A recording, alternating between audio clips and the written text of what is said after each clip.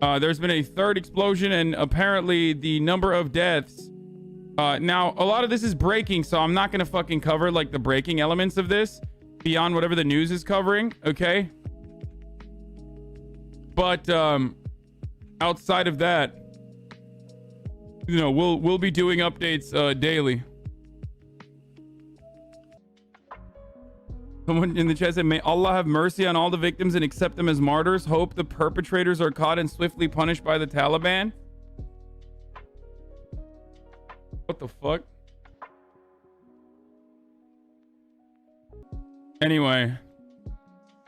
Todd Starnes says, for every American that was killed, a city in Afghanistan should be wiped off the face of the earth. Again, like, that's what this... Look, let's take a look at what this guy looks like, okay? This is the face of a man who's out here being like, a fucking entire Afghan city should be wiped off the face of the earth. Like, fuck you, dude. Like, absolutely fuck yourself, dude. Again, dude. Boom. SEAL Team 6, okay? Door knocker, or what are they called? The door knockers or the door busters, you know? Domestically, we just send SEAL Team 6 into the house of this fucking dipshit, okay? In the middle of the night with guns. They raid the fucking house that he's in. They rip him away in his fucking nice silk pajamas in the middle of the fucking night, okay? Then they put him on a goddamn plane. They fly the plane out directly to Afghanistan, okay? Directly, just one shot. You know, we're sending U.S. Special Forces, okay, to all of the houses of the people that are like, we need to murder every Afghan citizen, okay? And then you fucking put a parachute and a gun that may or may not work, and you just drop them while they're in that state where they're like, I don't know what's going on. Oh my God. And then they just like fucking literally just drop them, okay? No need to like teach them how to use a parachute or anything like that. Just fucking drop them into Afghanistan. You know, like Fortnite, dude. Motherfuckers think that it's like Battle Royale out there. Just send them instead. He said, dear Lord, we ask you to place a hedge of protection around Americans who are abandoned by their government in Afghanistan. Watch over our Afghani allies. Protect our troops as they strike down the enemy. In the name of Jesus Christ, amen. Yeah, dude. We'll put Jesus on the plane with you. Biden and co are trying to find 1,000 Americans still stuck in Afghanistan and in contact with 500 others. 4,500 have already left. A reminder, 1,000 plus Americans died from COVID on Tuesday. We should all care about Americans in Afghanistan, but ignore the bad faith Republicans. This will get insanely misconstrued. I'm surprised it only has 24 quote tweets right now. Like, that's such a easy fucking slam dunk from Republicans to be like, wow, you don't fucking care about people in Afghanistan, to like whip up a fervor, you know? Anyway, I'm gonna fucking blast off. Let's get started. We're gonna get right into it. 1,500 Americans remaining in Afghanistan to stay away from the airport. Of course, thousands of Afghans are also stranded there. Many were crowded around the airport at the time of the explosions, trying to flee the country in the wake of the Taliban's takeover. We want to go to NBC's Courtney Kube right now. She's been talking with sources at the Pentagon. Do we have any firm numbers right now? We don't yet, Lester. And what I can tell you is that there were U.S. Marines that were guarding that gate, the Abbey Gate. This is on the southeast side of Hamid Karzai International Airport.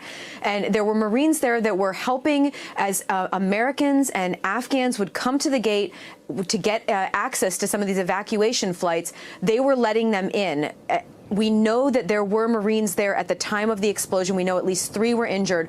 But now, as you mentioned, according to the statement from Pentagon Press Secretary, we know that there were actually service members among those killed. We're also hearing reports about a number of Afghan civilians that were injured and killed in these attacks. So, as you mentioned, there were 2 locations for this explosion. The Abbey Gate, which is where, again, people have been going in to get into access into the airport there.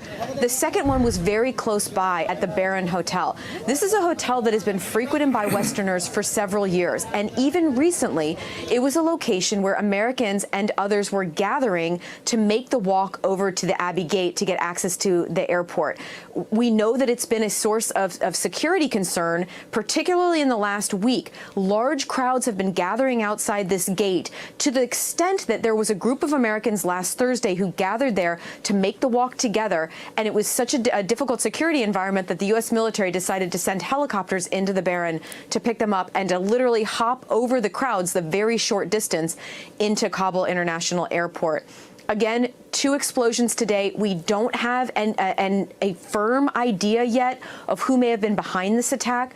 There was a very specific and tailored threat stream that existed already about an ISIS attack. They were looking to attack at the airport, particularly around some of these gates targeting Americans.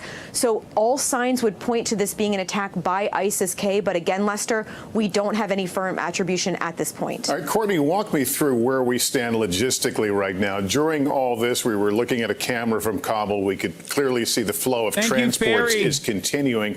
But there's also the necessity to draw down American forces there. Do we know how many have left, or did that leave a weakened posture around the gate? The drawdown of U.S. forces there, of the roughly it's less than 6,000 U.S. troops there, has not officially begun. There's still somewhere in the neighborhood of about 5,400 U.S. troops there working on this evacuation effort. And part of that includes the security effort to secure the airport for the evacuation. So at this point, that has not started. But as you well know, Lester, the U.S. troops, they can't just come and go in a very short time. It will take a couple of days for all of those troops to leave. So there has been a real ramping up of the evacuation effort. If the U.S. is to meet the August 31st deadline for all troops to be out, they have to back time from that. So that if you take 2, 3, maybe even as many as 4 days for those troops to leave and their equipment, we're getting into literally the final day or two that According to the Associated Press, coming out of Washington, 2 U.S. officials have said that 11 Marines have died and a Navy medic was 11 Marines and a Navy medic were killed in the Afghanistan attacks so far. Now, this information is 7 minutes old, okay? Obviously, there is going to be even more, it seems like there's going to be more attacks. It seems like there might be more casualties, so just remember that. Here's on-the-ground news by Russia Today reporter. No gore, no NSFW images. Murat Gazdiev says that the blast we just heard was reportedly a Taliban vehicle hitting an improvised explosive device. I've seen this footage circulating on the internet as well. This was apparently a Taliban vehicle hitting an improvised explosive device in central Kabul. The BBC is reporting that 60 have been killed and 140 have been injured. 60 Afghans have been killed with 140 injured in the explosions at Kabul airport. According to the senior health official there were twin bomb attacks and then another third bomb, if I'm not mistaken. There were twin bomb attacks that claimed a dozen lives outside of Kabul airport. And I believe there was a third attack as well, right? They will be able to maintain these high pace of evacuation operations. When you have something like today. Why would the Taliban do this on their own, chat? For those of you who think fucking the Taliban is doing this, don't be delusional. Okay? I thought you were saying Talibans were not hostile. Dude, look, I don't know. It could be, but it's incredibly fucking unlikely that the Taliban would do this. Why the fuck would they do this to themselves? They have no interest in American military action still staying there. They've been collaborating with international authorities this entire time. It's now their city. And also, the United States has been warning about the ISIS-K, which is like the Afghan ISIS branch, potentially doing a terror attack. For the past couple of days, Joseph Robinette Biden mentioned it, as you recall. ISIS and the Taliban are in war with one another, okay? The ISIS-K in Afghanistan and the Taliban are always at war with one another. Just because they're both brown and Muslim doesn't mean they fucking, you know, they're side by side and homies. Okay, please remember that. It's very difficult, I know, especially if you're American, where you're like, what? I don't understand. They're all brown.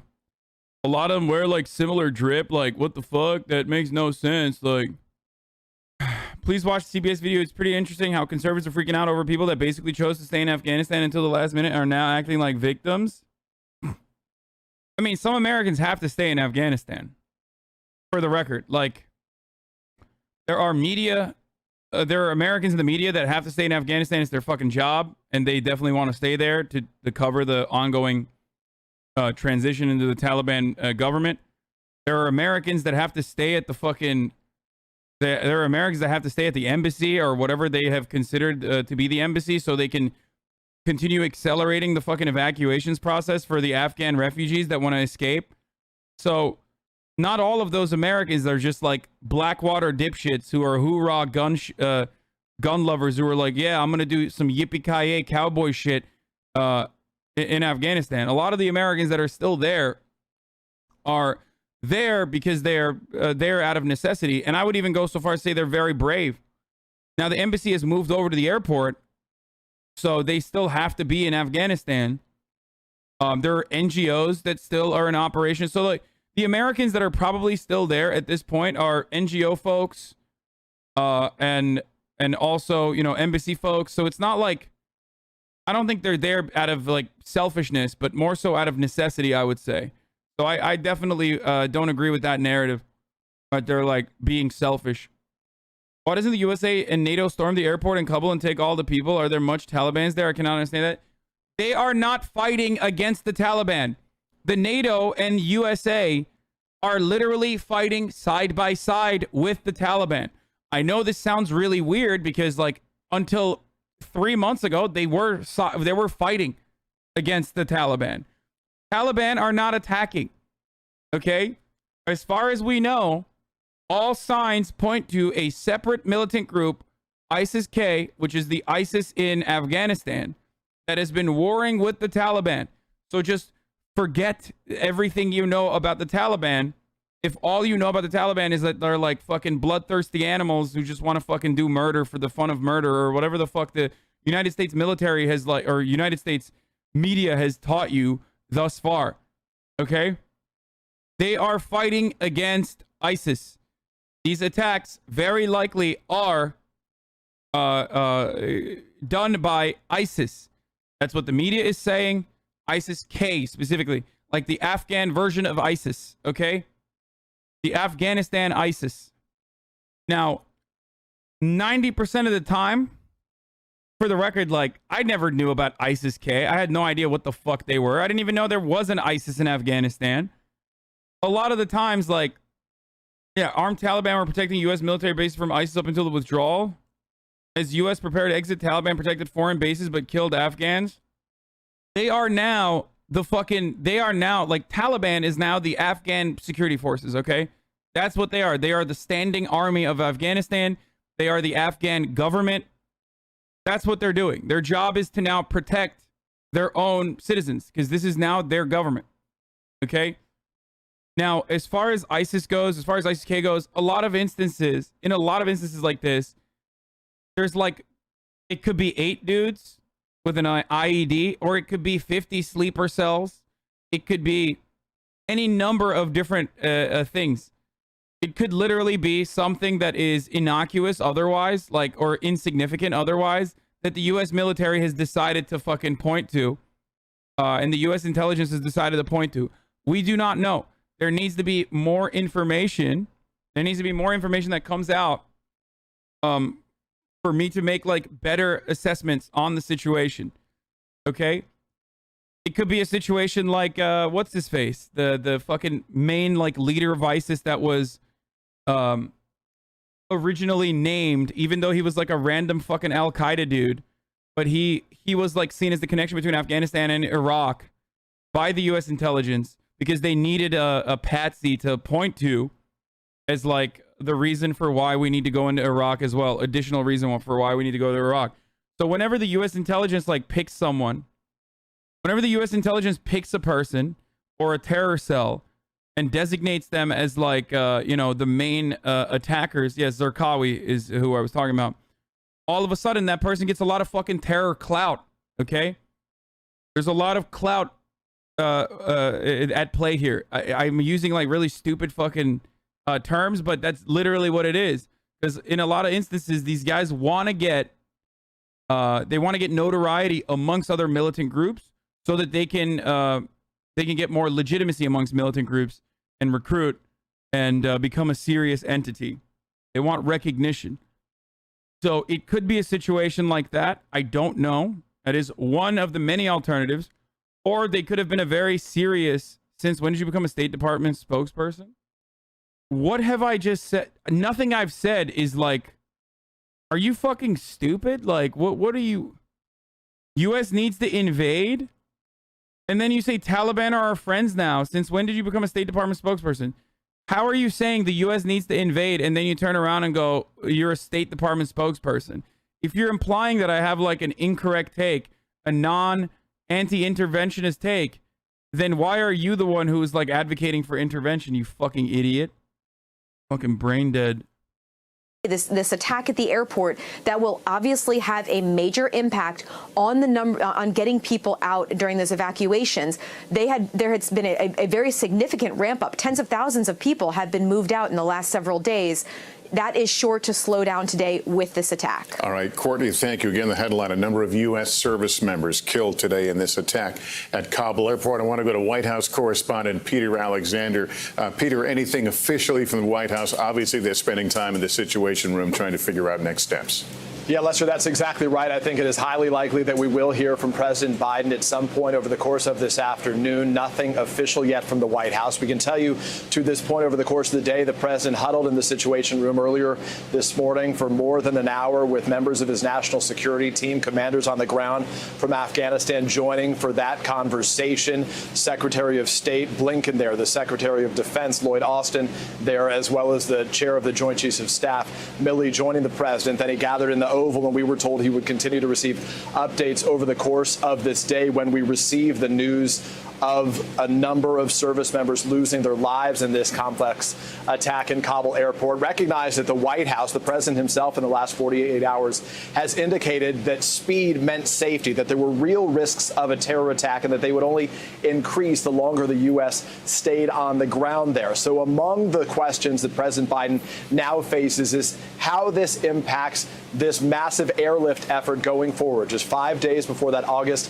31st deadline to try to get all Americans out, the president said just a matter of days ago that the U.S. was on pace to complete its mission by then. But he said that depended on a couple of things. One, the continued cooperation of the Taliban. And number two, most notably, given what we have now witnessed, no disruptions to the effort on the ground there, given what is clearly a disruption and now the loss of not just Afghan but American lives as well. The president will have to make a decision whether this means the U.S. ultimately tries to get out before that date. If it will decide, the president will decide to extend the mission past that date. A series of questions facing the president now. It's a day that is still fluid, as they describe it here at the White House, with expectation, we believe, that we would hear from the president later today. The press secretary's briefing has been delayed. A meeting with the Israeli prime minister also put on hold. Lester.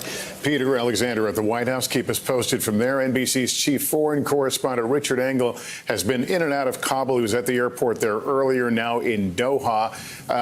Typically, the United States considers responses to terror attacks against Americans. Does the U.S. have such an option in these circumstances?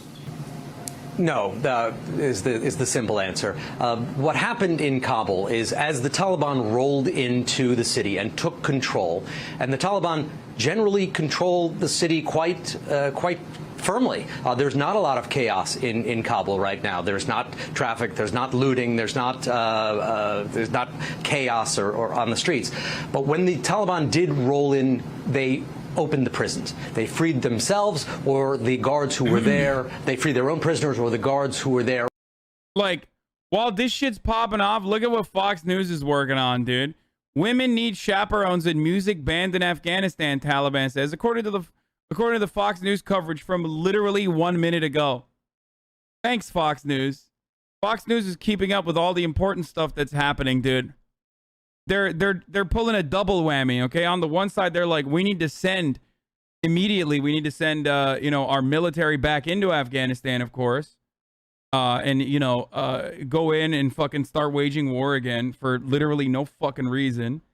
Okay, which obviously liberal media will be banging on those war drums as well. Here is GOP Representative Mark Green talking about Afghanistan at Fox, like literally just now. Okay. I think the president of the United States should come out and say all bets are off. The Taliban have absolutely defied this agreement by not securing. They didn't keep their promise to secure the access routes to the airfield. We are going to expand this operation. I'd put more military in there. I'd get every single American out, and I'd start killing bad guys. Damn, dude, that's crazy. That's cool though. I mean, that's tight. I love, dude, armchair foreign armchair foreign engagements is like the greatest fucking thing you do. The Monday night quarterback, armchair quarterback.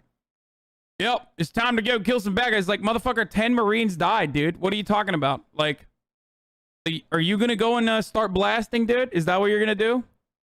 We did that for 20 fucking years, dog. 20. We did that for 20 years and got our shit pushed in. There are 3 videos on Twitter of the bombing. A lot of people dead in the ground. Yeah, I saw. I'm like evading them as best as possible. Yeah, I love that. Like his foreign policy take on the matter is, oh, dude, it's simple. I would kill the bad guys and save the good guys. Shit, man. Why the fuck did I not think of that? What an incredible take. Why have I not thought about that already? That is brilliant. That is brilliant analysis. That's insightful. You're doing a great job, sir. Thank you. Well, I don't know. Do you think that this president is showing any willingness to change strategy? Every time we hear from him, he seems to place blame on everyone but himself for what is happening there. Yeah, the moment, like, immediately, everything that they're fucking talking about is like how this is all Joe Biden's fault and how he fucking sucks. And, he's the reason why we are, like, they're all fucking bloodthirsty. This is a test, okay? This is going to be the hardest part. Like, maneuvering through this part of the landscape, which was one of the worst case scenarios possible, when, like, active conflict immediately starts. You are still learning. Don't be hard on yourself. What? But a lot of people immediately are rushing to manufacture some consent and, like, go immediately back into fucking war. Like, they were so horny for this, and now they're fucking agitating aggressively for it. It's really fucking dumb. What would you do in this situation? Just curious. I don't know what the exact details are, but what I would do in this situation is coordinate with the Taliban, okay? Maintain a security presence there with the existing troops and sort the shit out without, like, additional troops unless required or demanded by the Afghan government, which is now the Taliban. Okay? That's what you are supposed to do in this situation.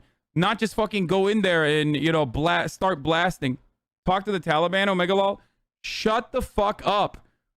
They already have a line of communication with the Taliban. The American authorities gave Afghanistan to the Taliban.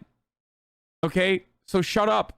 Whenever people say, like, talk to the Taliban, coordinate with the Taliban, Omega Law, they already did that. That's the reason why this evacuation happened already. That's the reason why the retreat happened. Why Taliban kill Americans now? It's not the Taliban. It's not. It's not the Taliban. None of the fucking intelligence points to this being the Taliban, and also common sense does not point to this being the Taliban. Why would the Taliban blow up their own fucking cars with IEDs in the middle of Kabul when they control that government? When it's their country, it's their fucking city. Why would they do that? They don't want more U.S. presence, dude. They want the fucking United States to get the fuck out of their country. Jesus Christ. All intelligence currently points to this being an ISIS attack, okay? The ISIS-K variant. that operates in Afghanistan. It's a Taliban false flag, stupid. If anything, it could be a fucking U.S. false flag, dumbass. Why would it be a Taliban false flag? It goes against their interests. Guys, I talk about this all the time. Like, if you're having a hard time comprehending what's going on, think about the motivators, okay? Think about what would incentivize someone to operate a certain way. The Taliban have no interest in maintaining U.S. military presence. Why the fuck would they blow up their own people, show to the rest of the world that they're doing a horrible job of securing Afghanistan, while simultaneously having people justify more military invasion in Afghanistan when they control the country? Are you defending terrorists? No. I am trying to describe to, unfortunately, hogs like yourself who literally cannot comprehend how dynamic the situation is and how things change over the course of time. And but people still operating on like 2001 era mentalities, that they're incorrect. I'm trying to educate people in a more nuanced capacity so they fucking understand what is going on. Why would the Taliban threaten USA that measures would be taken if the USA didn't leave before August 31st? Dude, the same people that said measures would be taken, why would they blow up before the 31st? And why would they blow up their own citizens before the 31st? Justifying that, like, the American military has to stay there. Like, it doesn't make sense. Please just think about this for a brief moment. While sticking to that August 31st deadline. You know, the best thing for America, and you know, that was a question to me about what I would do. The best thing for America right now would be for Joe Biden to resign or for the cabinet to step up and take him out. He's either lying to the American people or he can't comprehend what's going on. His secretaries of defense, state come out and contradict things he says all the time, whether it's the Afghans don't want to leave or they don't want to fight or, oh, nobody told me it was a bad idea to withdraw. All of these things are false. He either has no clue and therefore shouldn't be the president of the United States, or he's lying, which means he shouldn't be the president of the United States. It's time for Joe Biden to be gone. That's the best thing for America. Yeah, that's the best thing for America is to get, you know, what, fucking have Kamala Harris be the president? Is that what he's advocating for? What a fucking great take, dude. And who is on just a few moments ago saying there has to be a price to pay if Americans are harmed in any terrorist attack. So our response will be crucial. Listen, I was in E6 in the Marine Corps, and I'll tell you, the war dogs are hungry, and it might be time to let them eat. Dude, you're a fucking idiot, dude. Why are these people so fucking stupid? Like, I get it, bro. I get it. Like, you were, you know, you fucking, you fought, okay? So you're horny, you're a hoorah dipshit. But, like, you're not gonna go back, motherfucker. You're sending other 18-year-olds out there to get fucking slaughtered for literally no reason. The war dogs are fucking hungry. It's time to go in. Hoorah! This guy lost both of his legs to an IED. Are you fucking serious? Joe Biden literally said this could happen. Altogether, we lifted approximately... He said this straight up on August 22nd. We watched him talk about ISIS-K, and we made fun of the ISIS-K variant at the time. 11,000 people out of Kabul in less than 36 hours. It's an incredible operation. Let me be clear. The evacuation of thousands of people from Kabul is going to be hard and painful, no matter when it started, when we began. It would have been true if we had started a month ago or a month from now. There is no way to evacuate this many people without pain and loss of heartbreaking images you see on television. It's just a fact. My heart aches for those people you see. We are proving that we can move those thousands of people a day out of Kabul. We're bringing our citizens, NATO allies, Afghanis who in fact has helped us in the war effort. But we have a long way to go, and a lot could still go wrong. But to move out 30,000 people. The State Department is live? Yeah, wait, hold on. Where is it? Oh, here.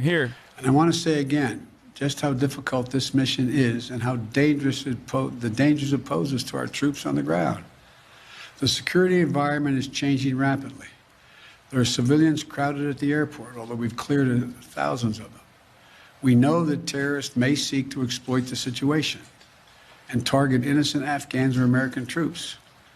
They're maintaining constant vigilance we're maintaining the constant vigilance to monitor and disrupt threats from any source, including the likely source being ISIS-K, the Afghan affiliate referred to as ISIS-K. See? But we're under no illusions about the threat. I said on Friday, ISIS-K is a sworn enemy of the Taliban, and they have a history of fighting one another. But every day we have troops on the ground. These troops and innocent civilians at the airport face the risk of attack from ISIS-K from a distance, even though we're moving back the perimeter significantly. We're working hard and as fast as we can to get people out. That's our mission. That's our goal. There you go. So the Pentagon is live. We can go there if you want. Does anyone have the Pentagon live feed? Wait, hold on. Oh shit, that's not good. Here, let's listen to what the Pentagon is saying right now. I have in the creative, determined, and professional way that our forces have overcome those challenges and to deliver the results that we talked about in my opening portion of the remarks, the number of people that we've been able to extract from Afghanistan. It would also be remiss of me not to mention the tremendous contributions of our many coalition partners, and they stood with us on the ground at HKIA, and also the interagency and international partners who supported the evacuation.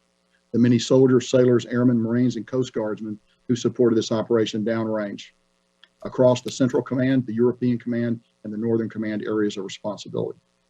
Moreover, this evacuation could simply not have been done without the amazing flexibility of U.S. Transportation Command and the airlift provided by the United States Air Force.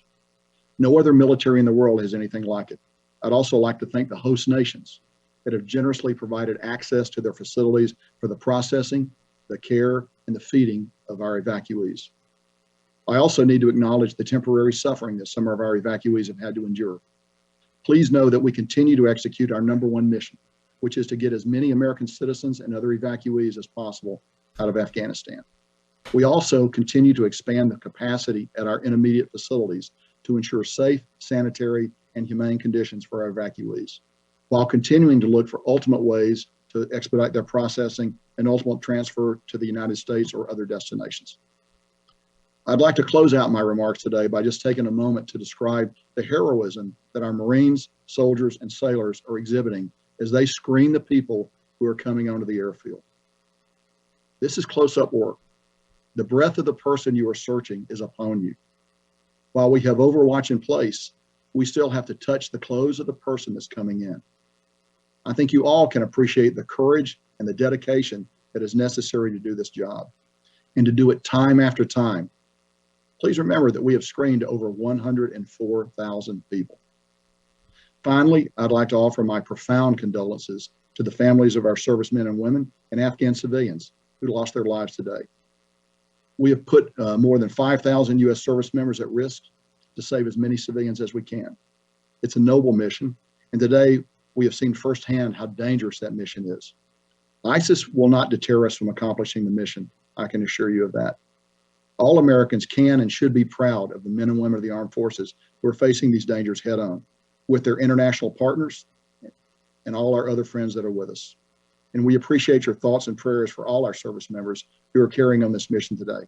John, I'm now ready to take questions. Thank you, General. We'll start with Lita.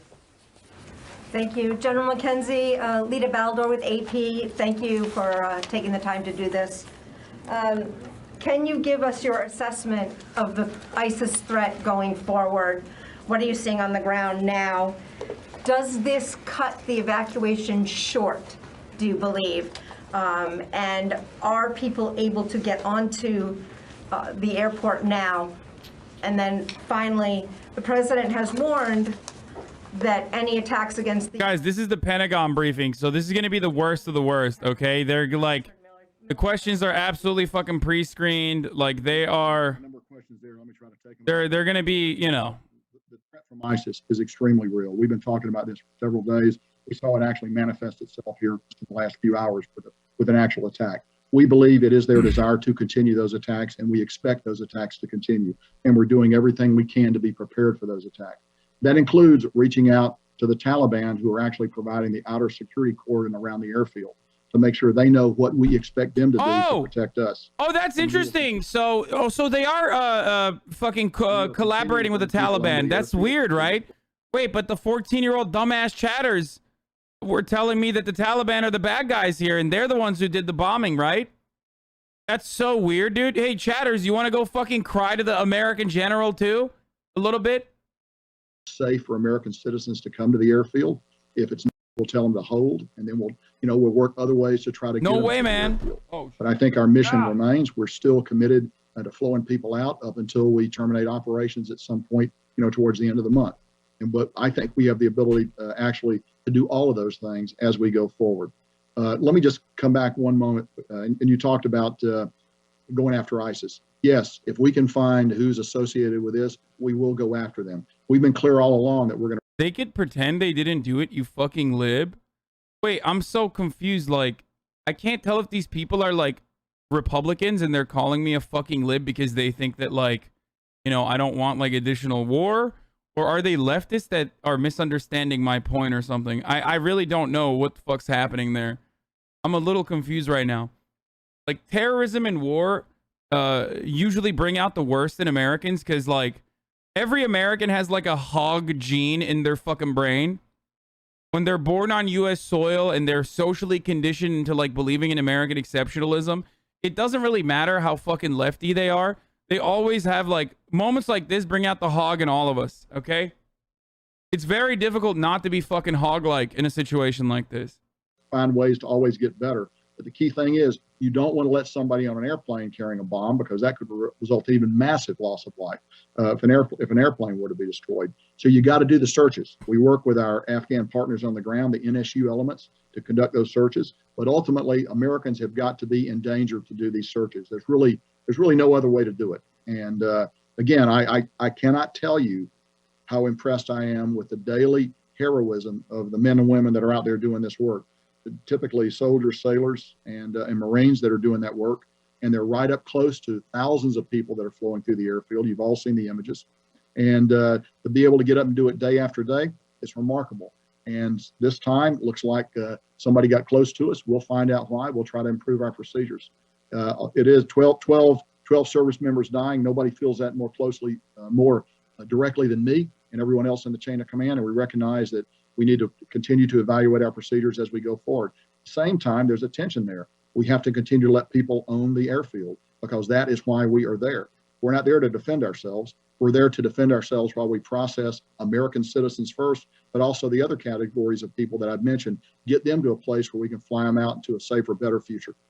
So just to be clear, this suicide bomber was going through the gate, being searched, checked by U.S. service members when he detonated his vest? David, that would be my working assumption. I know this: he did not get he did not get on the installation. It was at the interface point where they try to come in where this attack occurred, and we just don't know more right now. We're gathering that information, as you will understand. We're investigating that, but right now our focus really, we have other active threat streams, extremely active threat streams against the airfield. We want to make sure that we've taken the steps we need to take to protect ourselves there. So our focus is on that. Over the next few hours and a day or two, we'll learn a lot more about what happened here. And I'm sure we'll be able to share that with you. But right now, our focus is actually going forward, ensuring that another attack of this nature does not occur. Because as you know, typically the pattern is multiple attacks. And we want to be prepared and be ready to defend against that. Courtney. Can you, hey, General McKenzie, it's Courtney Cuby from NBC News. Can you tell us a little bit more about these extremely real additional threats from ISIS? Is it a concern about more suicide attacks? And also about some of the steps that you may be taking to mitigate future attacks? I mean, would it include putting U.S. troops or Marines outside the gates or outside of the airport for additional perimeter security? And then finally, with all of this, is there any discussion about sending any additional U.S. troops to Kabul airport for additional security measures? So let me actually answer the last part of your question first. We assess we have the forces we need to protect ourselves there. I'm always in a constant dialogue with the secretary. If I needed anything else, I'd be talking to him immediately, but I think we have what we need to protect ourselves. So let's talk a little bit about the threat streams. So very, very real threat streams, very, very what we would call tactical. That means imminent, could occur at any moment. And they range from rocket attacks. We know that they would like to lob a rocket in there if they could. Now, we actually have pretty good protection against that. We have our anti-rocket and mortar system, the gun systems that those of you who've been out there are very familiar with, that are pretty effective against these kinds of attack. We are well positioned around the boundary of the airfield, and we feel that we'd be. Bro, there is no better indication that these motherfuckers are bloodthirsty for more war and don't give a single fuck about like the actual, like dealing with the actual situation on the ground than how quickly every single Republican turned this into, we need to impeach Biden right now. Like, yeah, that's how you solve this problem. Like, as though Joe Biden was coordinating the fucking defense.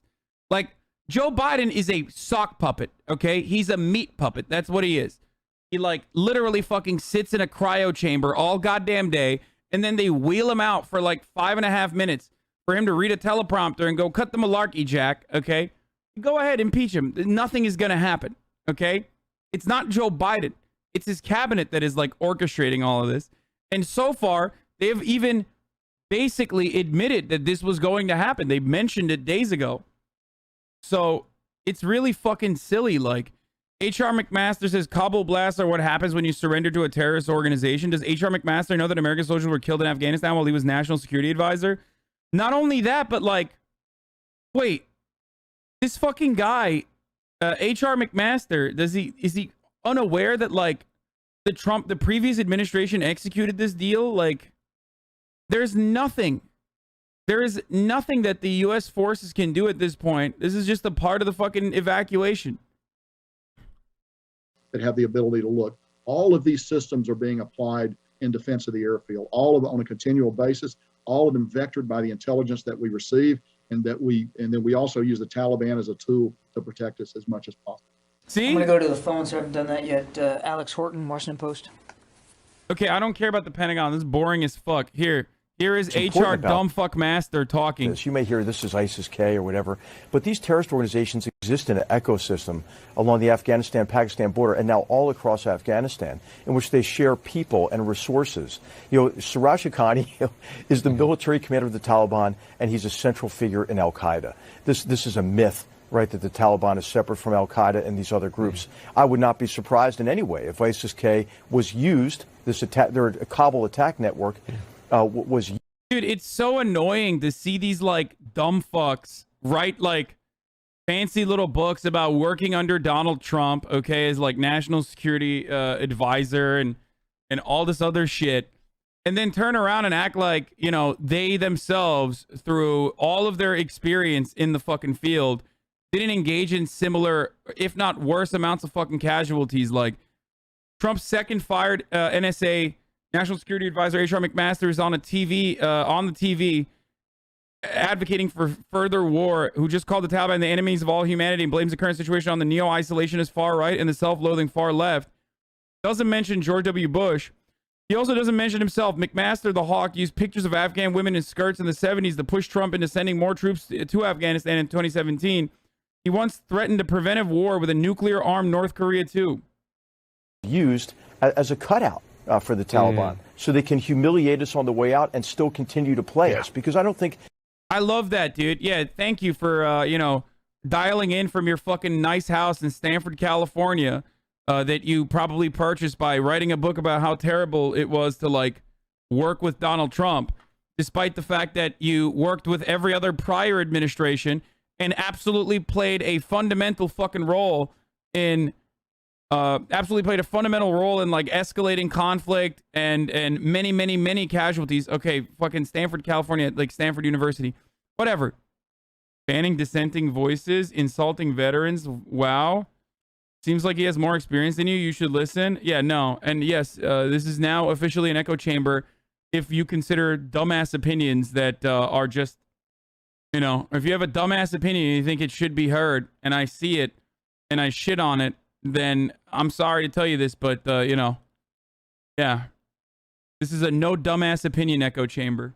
They think we're serious people, Jim. I mean, so our weakness is encourage them to be emboldened. And, of course, they're going to have, as you mentioned, a safe haven support base, access to resources that will make them extraordinarily dangerous. As well, has the ability now to say, hey, look, we're winning, right? We've established the Islamic Emirate in Khorasan. Come to our cause, much like ISIS did when they recruited 30,000 fighters at the drop of a hat, right? Once they took over territory the size of Britain in Iraq and in Syria. And then, of course, we had to go back, Jim. So now what I would just ask, what was it worth it, really? You know, what would be a better outcome?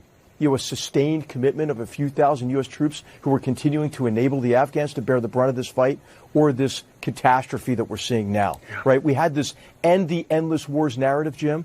But hey, guess what? You know, this is an endless jihad that the enemies of all civilized people are waging. Dude, oh my God, what a fucking thumb, dude. I mean, straight up, like, this is what happens when you're Thumbelina, okay? Just, they promote you to the highest levels of, like, the military apparatus. The more thumb-like you are, the higher your rank is. And this motherfucker is just a straight thumb. Against us. And if we don't acknowledge that, we're putting ourselves at an extraordinarily high risk. And one lesson of recent years with terrorism is that victory equals recruiting. When ISIS took over portions of Iraq, this is what we're facing. Yeah, which is precisely why we're like offering them more coverage and more attention and functionally making it seem as though, like, Ben Shapiro says, impeach hundreds, if not thousands of Americans stranded in Kabul at the mercy of the Taliban, ISIS, and Al-Qaeda for no reason. Hundreds of thousands of Afghan allies in danger of mass murder for no reason. Wounded or dead Americans in Kabul for no reason. Now, let me point to something. And I will be honest. I will be brutally honest here for a second. Thank you, Post Adrian, for the 521 gift subs. Okay? If Donald Trump was president right now, because he's still my real president in my heart, obviously, this probably was going to happen in an identical capacity. Let's be fucking perfectly clear.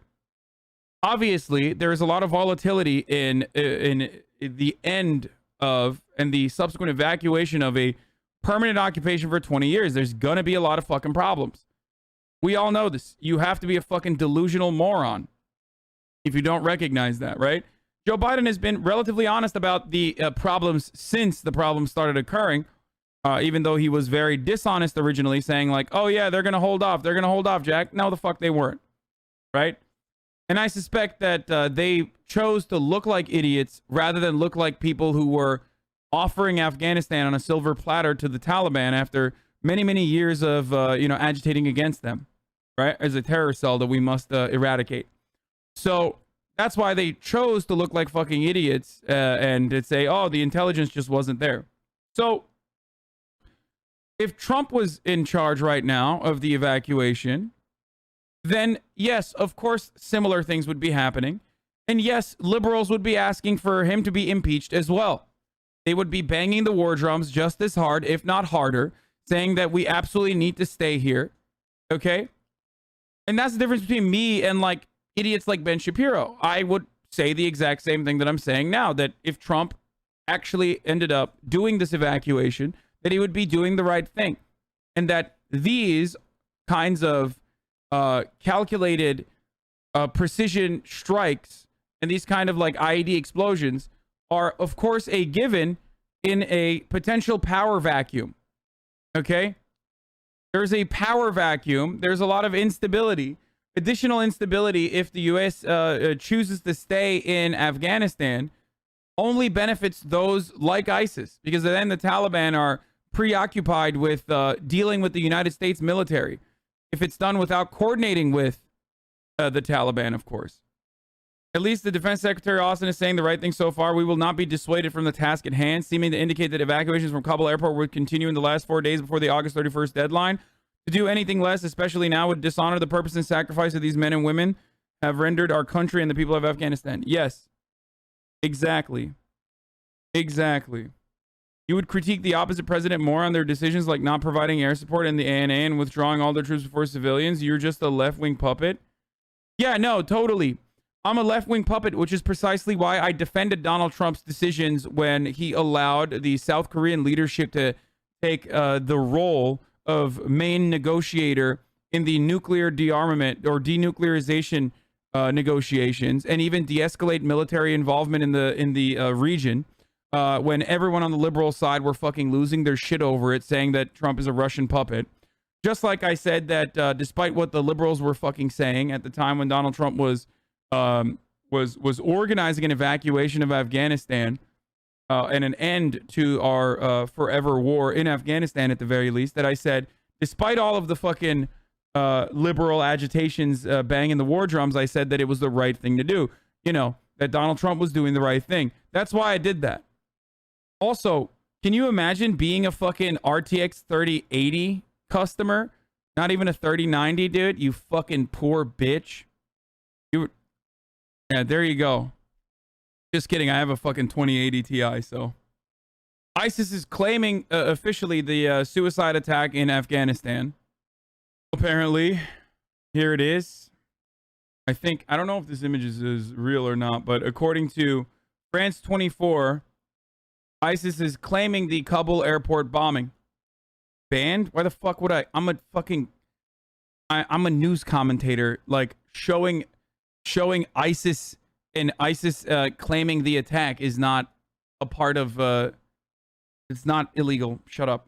Here, let's see what these people are saying. The question has been raised. Why didn't the U.S. get out Americans and our Afghani friends before the Taliban were able to take control of Kabul? You warned about this in a cable. Were you ignored? We put out repeated warnings every 3 weeks to Americans going back to, I think, March or April. Each one in stronger terms: leave now, leave immediately.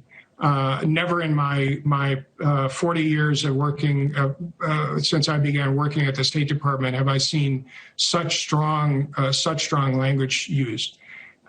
People chose not to leave. That's their business. That's their right. We regret now that many may find themselves in a position that they would rather not be in, and we are determined to try to help them. The question.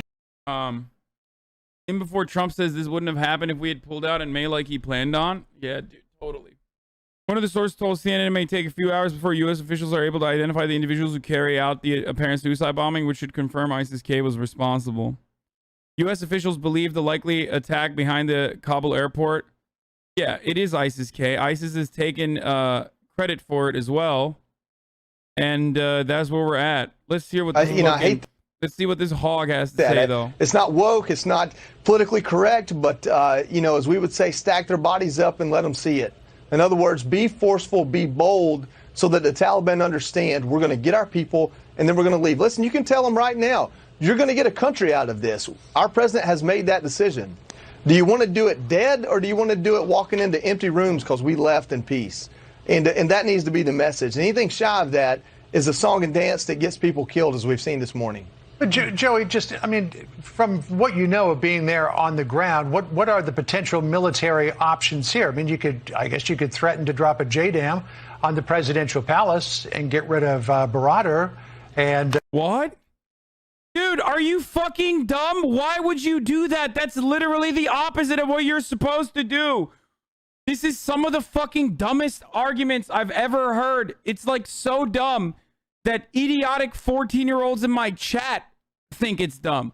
Like, there are moronic 14-year-olds who are horny for fucking war in my chat. I need to finish this idiotic clip. His lieutenants. But given the fact that there are so many civilians crowding around that airport, what do you do to respond to what happened today? Yeah, those civilians are human shields, and the Taliban knows it. And I'll give credit. Dude, what are you saying? It's not the Taliban that did this, dude. What the fuck? These unhinged psychos want to bomb the Afghan government we installed for an attack they're trying to prevent from happening, while the Pentagon is talking about coordinating with the Taliban. Bloodthirsty monsters. I feel like it's confusing. It's like further confusing what I just looked at there. Anyway, more than 80 people have been killed in the twin explosions outside of Kabul airport on Twitter. Yeah, I know. Brace yourself for some of the so you are siding with the Taliban comments today in the chat. Yes, I am. I am literally siding with the Taliban. Yes. I'm just going to start saying yes. Yes, so is the American military. Like, I'm not alone on this, okay? Selling war pays, huh? I mean, I guess it does. Clip of Trump explaining how. Personally with Taliban leaders in the not too distant future. And we'll be very much hoping that they will be doing what they say they're going to be doing. They will be killing terrorists. They will be killing some very bad people. We want to bring our people back home. We've killed ISIS fighters by the thousands, and likewise in Afghanistan. But now it's time for somebody else to do that work, and that'll be the Taliban. And I really believe the Taliban wants to do something to show that we're not all wasting time. It's kind of wild that the only thing that like the New York Times is covering, like the main thing that they're covering, is 12 service members killed in explosions outside of Kabul airport. Like 80 people total have died, bro. What about the fucking Afghans that have died? Like no one gives a shit. It's crazy. Like when you look at this, it's not even on the byline, dude. Look at this. Look. This is the New York Times, okay? The gray lady. Like the bastion of honesty and journalism. It's supposed to be like the most important outlet that we have. Bombing strikes Kabul, killing at least 12 troops and dozens of Afghan civilians. First of all, it's not even true. There's like 80 that have died so far and hundreds that have been injured. Like they have no number. They do not care. It's nuts. The Pentagon confirmed at least 2 blasts and said there was a number of casualties. Western governments had warned of an impending attack. And apparently another big blast occurred, if I'm not mistaken. Is there... Oh, Jesus fucking Christ. According to the New York Times, this is the 4th blast now. Another big blast occurred in Kabul just now.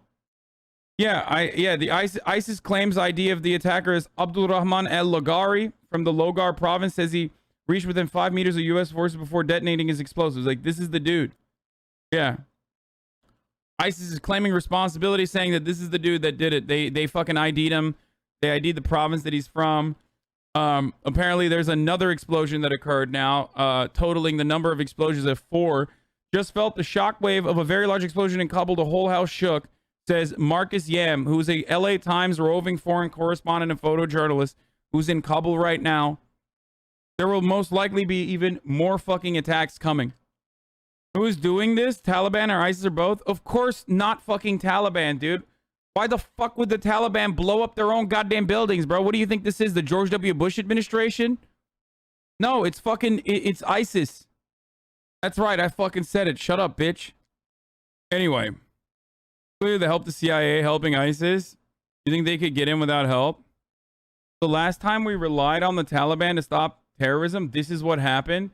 So only a fool would have been surprised at the result? Wait, first of all, no, dumbass.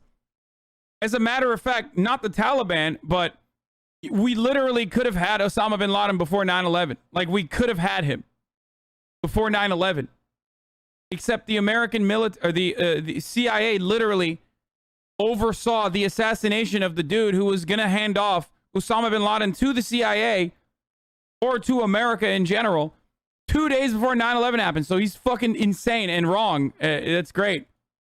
Why is ISIS attacking another Sunni Islamic country? Because they don't think that anyone is real Muslim. Their version of like psychotic Sunni Islam is not even a real fucking version anyway. It's just like completely made up. And they personally think that like that's the real one and all these other homies are fake. They think that it's fake shit. They're gatekeeping Islam. Anyway, Pentagon confirms 2 U.S. servicemen have been killed in explosion at the Kabul airport. At least 2 explosions reported. Looks like a complex attack. Wait, what? Where is the new one? No, this is like 2 more explosions reported in Kabul minutes ago. That would be the 6th and 7th explosion. There have been 7 explosions thus far today. Also, General McKenzie, that we saw earlier, that we missed out on when he was talking, said that earlier potential attacks on U.S. troops had been thwarted by the Taliban. So just remember that whenever people come in here and fucking say like, oh, dude, so you're siding with the Taliban? I'm like, yes, the U.S. military's official position is coordinating with the Taliban, which is the functioning Afghan government, okay? Candace Owens is siding with the Taliban on their anti-vaxxer initiatives. Afghanistan has vaccinated approximately 2.4% of the population, source Reuters. They're a nation of about 40 million people. Why aren't they all dead? Why have they only recorded 7,000 deaths? Bigger question, why is the Taliban banning the vaccine? Dude, conservatives have like sided with the Taliban so aggressively. Like, it's wild. Like, on all the fucking bad shit that they've done. You are so lost. Dude, you are so wrong. Yeah, we don't negotiate with terrorists, you stupid motherfucker. Dude, we've been doing that for years. LMAO, we will not negotiate with terrorists. You are so lost. Holy fuck, you are so lost. I'm lost? Scoop, U.S. officials gave the Taliban a list of names of U.S. citizens, green card holders, and Afghan allies to grant entry into the outer perimeter of the city's airport, prompting outrage behind the scenes from lawmakers and military officials. Basically, they just put all those Afghans on a kill list, said one defense official. No, I don't think so. Like, I don't think so. I think the Taliban are very happy that the United States is treating them like a legitimate fucking, a legitimate government entity, and very happy that the United States gift wrapped Afghanistan and offered it to the Taliban. Okay? And that doesn't mean I agree with the Taliban, or worse, the United States military, okay, or the State Department. Of course I don't. But this is how they saw fit. The evacuation processes in Afghanistan. This is how they are operating. This is what they decided to do. Oh, some ISIS K could be insider Taliban or leak the info, or am I just dumb? No, dude, you are dumb. These aren't motherfuckers that like each other. They fight each other. Okay, please. We'll obviously hear from the main man himself, boss man Biden. Okay? If they're a renegade sect of the Taliban, they're no longer the Taliban. Is there a chance that the Taliban could be toppled by ISIS? No. Unless... No, of course not, dude. Unless the United States decides to go back in. In which case, that instability could bring so much more chaos. And God knows what the fuck will happen. Okay? If the only way that ISIS would take over Afghanistan, which is very, very, very unlikely, is if they're getting, like, full funding and support from the CIA...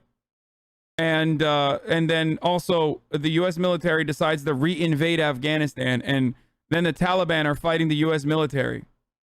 Outside of that, no, dude. The fucking ISIS-K, like, I don't even know how many fucking members are out there in operation in Afghanistan, but it can't be too much. You think ISIS and the Taliban can strike a deal because they have a common enemy? They don't have a common enemy. The Taliban are aligned with the U.S. government. They are defending U.S. troops. They are defending U.S. interests. The United States gave them Afghanistan. Of course, they're going to defend the United States. ISIS just wants power and control. And instability is the only way that a small militant organization, a small militant branch of ISIS, could ever even imagine having a small crumb of power. Okay? So... advocating to like bomb Taliban right now is the dumbest fucking thing you could do, because then you're literally handing Afghanistan on a gift wrap to ISIS and further chaos. Okay? ISIS hates the Taliban, and they probably hate the Taliban even more now that the Taliban negotiate with the US. Yeah, they probably fucking think they're fake. Anyway. Yes, Biden is gonna be addressing at 2 p.m. We'll wait for that. Adam Housley says, former Emmy award-winning senior news correspondent, by the way, probably like a sports guy, says, if anyone is arguing that ISIS and the Taliban aren't arm in arm, they're clueless. This is absolutely coordinated, and the Taliban is absolutely a part of it. Should I make the George W. Bush? I can't say that. I shouldn't. That's too spicy. Yes, the Taliban and ISIS are enemies, dude. Yes. No, I'm not going to say anything. Okay. Ran away, and there were tens of thousands of people in these prisons, and they included many dangerous. Hassan, a privileged hipster taking the Taliban side. Jorge 666. I am a privileged hipster who also happens to be in agreement with what the general assessment is of the U.S. military apparatus currently. So I guess you know better than literally the fucking actual generals that are coordinating against these attacks right now, you know, because it's not just me. It's like people with more knowledge than I do, but you don't even need more knowledge. All you need to do is think about what the interests are. What are the interests of the what are the Taliban's interests right now? Maintain stability. That's it. Dangerous extremists, including extremists from ISIS. So since the fall of Kabul, while the Taliban has been controlling the city, you have all of these radicals who are against the Taliban, who have nowhere to go. They can't leave the country. They have no future with the Taliban. So one of them, apparently, according to intelligence sources, carried out this attack. That is the suspicion. That is what the U.S. was warning about. And Courtney described it very well. There is this corridor right between the Barron Hotel, which was built to house contractors right next to the airport. The airport is a military base, and the military base is surrounded by very high walls and has 3 main gates. And this hotel, which is not like a hotel, it's almost like a part of the base, because it's pushed right up against the wall, built there so that security contractors could come. They didn't have to go far. They didn't have to enter the city. They could stay there if they had business in Kabul. It has been used as a staging area. From the Barron Hotel, it's just about a 200 or 300 yard walk to this Abbey Gate. And in this corridor, Afghans have been gathering. They've been trying to push up against the gate and see if they could get in. And I think you're playing some video. I was staying at the Barron. We drove this corridor just a few days ago. And in this corridor, which is flanked by tall concrete blast barriers, there is a sewage drainage ditch. And it appears that this suicide bomber was able to infiltrate this area through this sewage canal, because the Taliban were controlling the outer perimeter, but they might not have been controlling the actual sewage ditch itself. And people, desperate people, and it shows the degree of desperation there, were wading through this filthy wastewater to get to the gate to see if there was an opportunity that they could get in. And in this chaotic scene where you have the Taliban on the outside, Afghans gathered there trying to get in, some of them even wading through sewage to get in, you saw this explosion. And Marines were apparently in the vicinity, and several lost their lives as they were manning that gate. So it's not going to stop the evacuations. This is far away from the flight line. It's not going to impact aircraft, but there are only a limited number of gates. And if one now is clearly compromised, slowed down security concerns there, it puts even more pressure on the others. This is something the Taliban doesn't want. Several Taliban fighters outside were killed themselves, but there is only so much that they can do with tens of thousands of people who escaped from the prisons who are still on the loose. Right. All right. Richard, thank you very much. It will certainly impact American decision-making. We're certainly keeping an eye on more reaction from the White House and the administration about these developments. Again, we learned from the Pentagon a short time ago a number of U.S. service members were killed in what the Pentagon is describing as a complex attack at the Kabul airport, a number of others being treated for wounds. We also believe a number of civilian casualties there. We'll continue to monitor the situation in Kabul. We'll bring you the very latest as we get it. And of course, coverage continues right now on MSNBC and later on NBC Nightly News. I'm Lester Holt. What is this? Thanks, man. There's an 8th explosion? Really? Oh, the recent blasts are America doing controlled? Okay. What is this? A Times fact check? Just in the recent blasts are controlled blasts. The U.S. is blowing up their weapons and ammunition. U.S. might withdraw all force within the next 24 hours. Dude, what the fuck is this? Some random fucking guy, dude. Don't send me random guys. What is this, dude? Check your closet and check your bed. Wait, what is he saying? These unhinged psychos want to bomb the Afghan government we install for an attack they're trying to prevent from happening while the Pentagon is talking about coordinating with the Taliban. Bloodthirsty monsters. Check your closet and under your bed. Fox News host. What? Oh, that's the guy that was on the fucking, that's the guy that was on the video? That's the fucking dude that was like the hoorah, we got bloodthirsty monsters, like, we gotta go. Poggers. 12 U.S. troops got killed by ISIS for the sole reason of getting them to stay in Afghanistan so that more of them will be killed, and the entire professional media class and right-wing media sphere is cheering that on as if that is what ISIS doesn't want, just totally deranged. Jake Tapper, we just got word that 12 troops have been killed at the Kabul airport. This means we must stay for 50 more years, and I will, of course, never bother reporting on others who are killed during that time, because then that would make the never-ending war seem bad. Yeah, I mean, this is the perfect, the perfect example of what's going on, as I've tried to also describe. It's so funny seeing the dude like that posture, like threat to someone else. You're sick, bro. Actually suffering from PTSD or some shit. Okay. All right. Glenn Greenwald had a rare good take, apparently. The deep state ghouls on CNN insinuating or even stating that the Taliban wanted this attack and may have ever helped launch it know that they're lying. They're desperate to find a way to keep U.S. troops in Afghanistan and keep the money spigot pouring. H.R. McMaster was one of those military officials, along with Madison Kelly, whom the corporate media valorized during the Trump years. Oh my God, he said literally the exact same fucking things I said earlier today. Wow, surprising that Glenn Greenwald forgot to, like, you know, hyper focus on like some dumbass anti-SJW shit. Percent can stay, I guess. Anyway, H.R. McMaster was one of those military officials, along with Madison Kelly, whom the corporate media valorized during the Trump years on the grounds that they keep in check and even subvert Trump's anti-deep state impulses. People like him are responsible for this 20-year fraud. In 2020, McMaster also repeatedly attacked and condemned Trump for negotiating with the Taliban and trying to remove all troops from Afghanistan.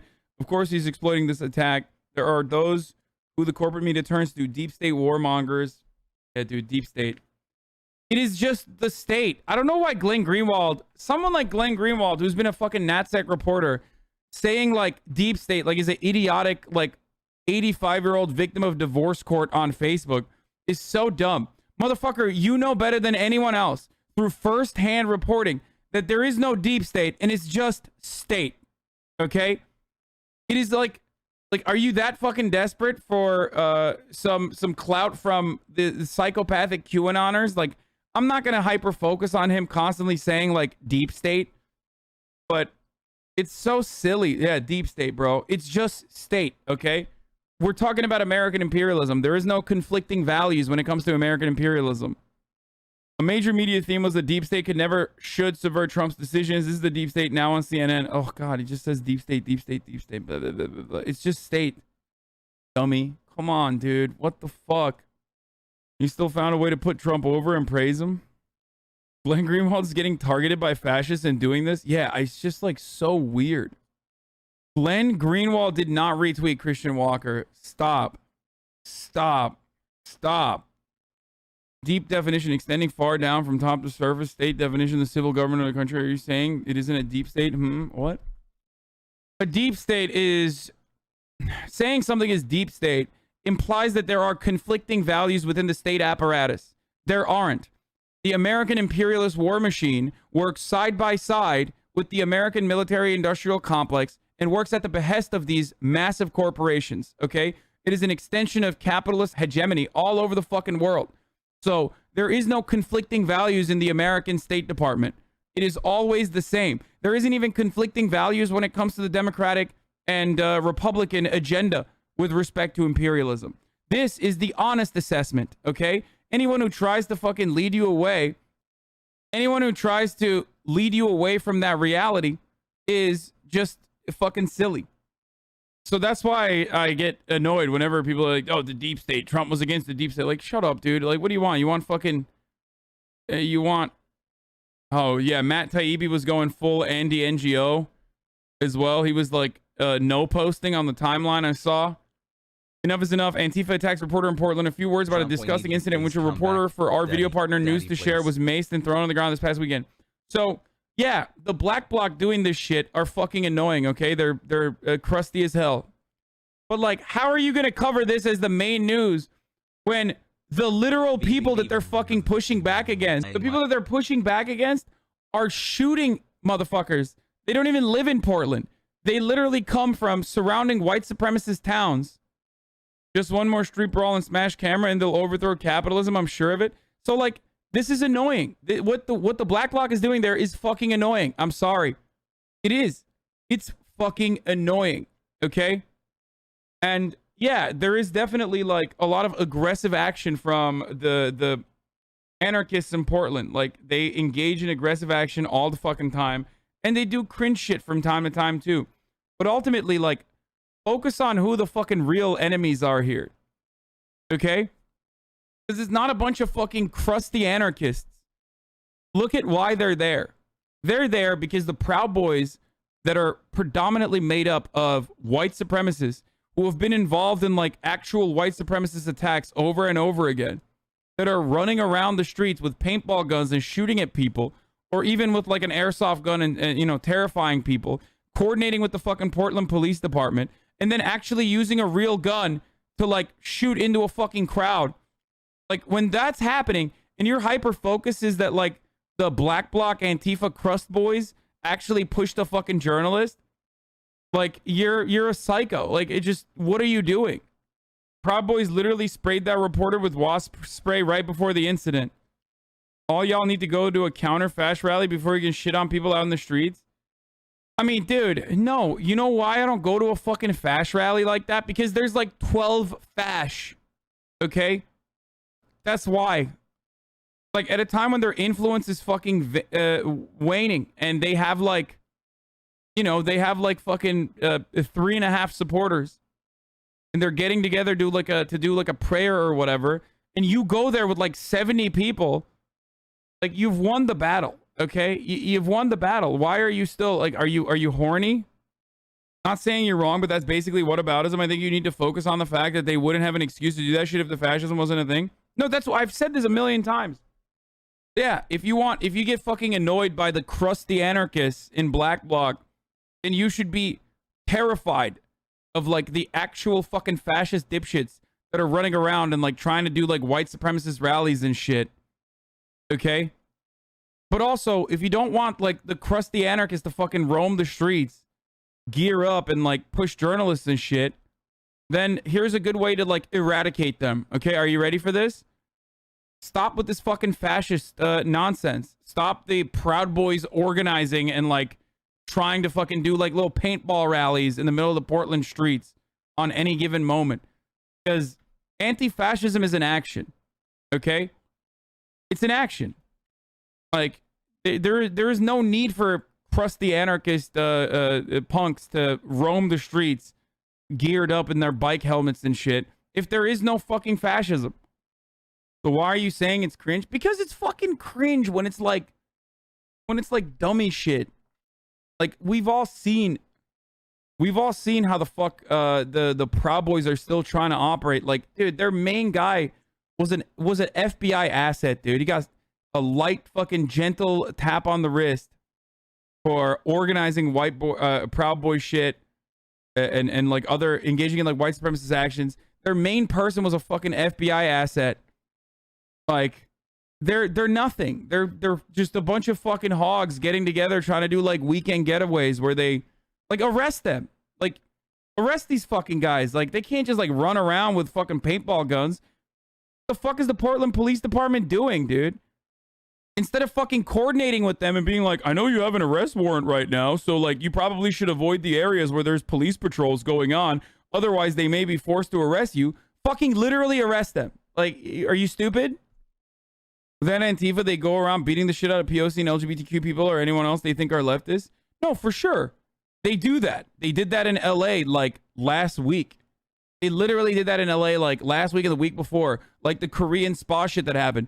These motherfuckers are so buck wild that they are willing and able to actually fucking organize like an insane fucking rally right outside of police headquarters where they beat the shit out of leftists and like gay people and whoever the fuck they and the media.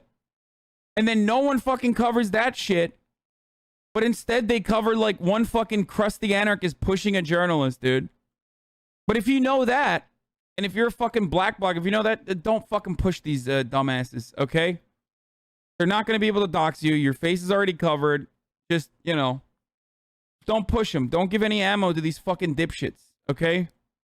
Are they crusty? Yes, I will keep using crusty for the rest of my life until they decide to take a shower. Chris Saliza, is this an MF Doom tire cover? If so, that's awesome. No, dude, this is the tire cover of a dude whose wife is getting fucked. Consensually, of course, by everyone else. And good on her for doing that. Okay? You have a tire cover that has like the fucking Spartan helmet with like the thin blue line aesthetic. That means 1000% without a fucking doubt. Also, Chris Saliza, holy shit. How much of a fucking lib elite is Chris Saliza that he like doesn't recognize what this is? No, this is what happens when you are a thin blue line guy and you're you know, your wife is consensually having sex with everyone else but you. Okay, here's from the Taliban spokesperson regarding more explosions at Kabul. Explosions were heard inside the Kabul airport after dinner today. These explosions were carried out by American forces to destroy their equipment so that the citizens of Kabul do not need to worry. Okay? Pasaki on Eric Prince. Oh yeah, here. I just wanted to follow up and Jen Psaki did a Psaki bomb again. Question Sure. About the sort of for-profit effort. Yeah. What is the administration doing to kind of protect people from exploitation? Given the desperation, there are reports that the defense contractor Eric Prince is offering seats on a plane, evacuation plane, out for $6,500. And some people in desperation are taking that, not knowing there might be an NGO option, and are, I mean, essentially this is exploitation. What is the administration doing to kind of protect people when they are so desperate? We are evacuating tens of thousands of people every day for free, and that's the focus that our military on the ground, our diplomats have on the ground. And if you're asking me about consequences or additional steps, I will have to check and see if there's any additional steps. Could you comment specifically, though, on Eric Prince? I mean, he has already made so much money from the Afghan conflict, and now in these sort of final waning days is once again essentially exploiting people in order to make profit. I mean, what is the... Eric Prince is literally a Hideo Kojima villain. Like, it's not even a joke. Like, he is literally a Hideo Kojima villain, dude. Position of the administration that this is taking place as you were offering? You're doing the Marxism is when no iPhone, but for anarchism? What? When did I say that? Why is anarchism when no shower? It's a meme, dude. It's a fucking joke, okay? I'm joking, okay? Dude, that's what it is. Jesus Christ. It's a joke, but it's also true. But offering flights free of charge. I don't think any human being who has a heart and soul would support efforts to profit off of people's agony and pain as they're trying to depart a country and fearing for their lives. But of course, I forgot. Leftism is when no joke. And the less jokes, the less leftism the more leftism happens. Here's what you're doing when you fucking when you hyper focus on Antifa. Enough is enough. Antifa attacks reporter. Okay? Portland is like the liberal version of Florida, okay? Portland is like liberal Florida. I'm sorry to say this. I know that there's a lot of people in Portland that are watching right now, but it's kind of like a fucking PvP zone for white supremacist psychos to just like constantly go there. And you know, a black blog out there loves fighting back. It's also just as white as Florida, by the way. Nope, actually more white than Florida. Anyway, it's RP PvP, yeah. So, what fucking annoys me about this sort of stuff is like, it is significantly worse with respect to like white supremacists constantly fucking organizing, constantly trying to do shit, constantly trying to start shit up. So if your only focus is the one time some like Antifa dipshit turned around and pushed the reporter because they were a fucking dipshit, okay? If you only cover that and not like the weeks and weeks and weeks of organizing that fascists engaged in, where they're like literally fucking causing terror in the streets of Portland, and not covering the fucking cops and their personal involvement, okay? Their personal like collaboration with those hog white supremacists, the Proud Boys and the like, then you're a fucking idiot. Like either you are a unwilling participant engaging in fascist agitprop, or you're deliberately doing it, and it's much, much worse.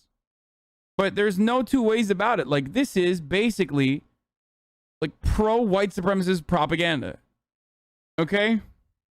Imagine comparing a city of 2.5 million to a state of 22 million. Okay, shut the fuck up, button clicker. Like, if Antifa stopped showing up, so would most of these fascists stop giving them a platform? I don't think so.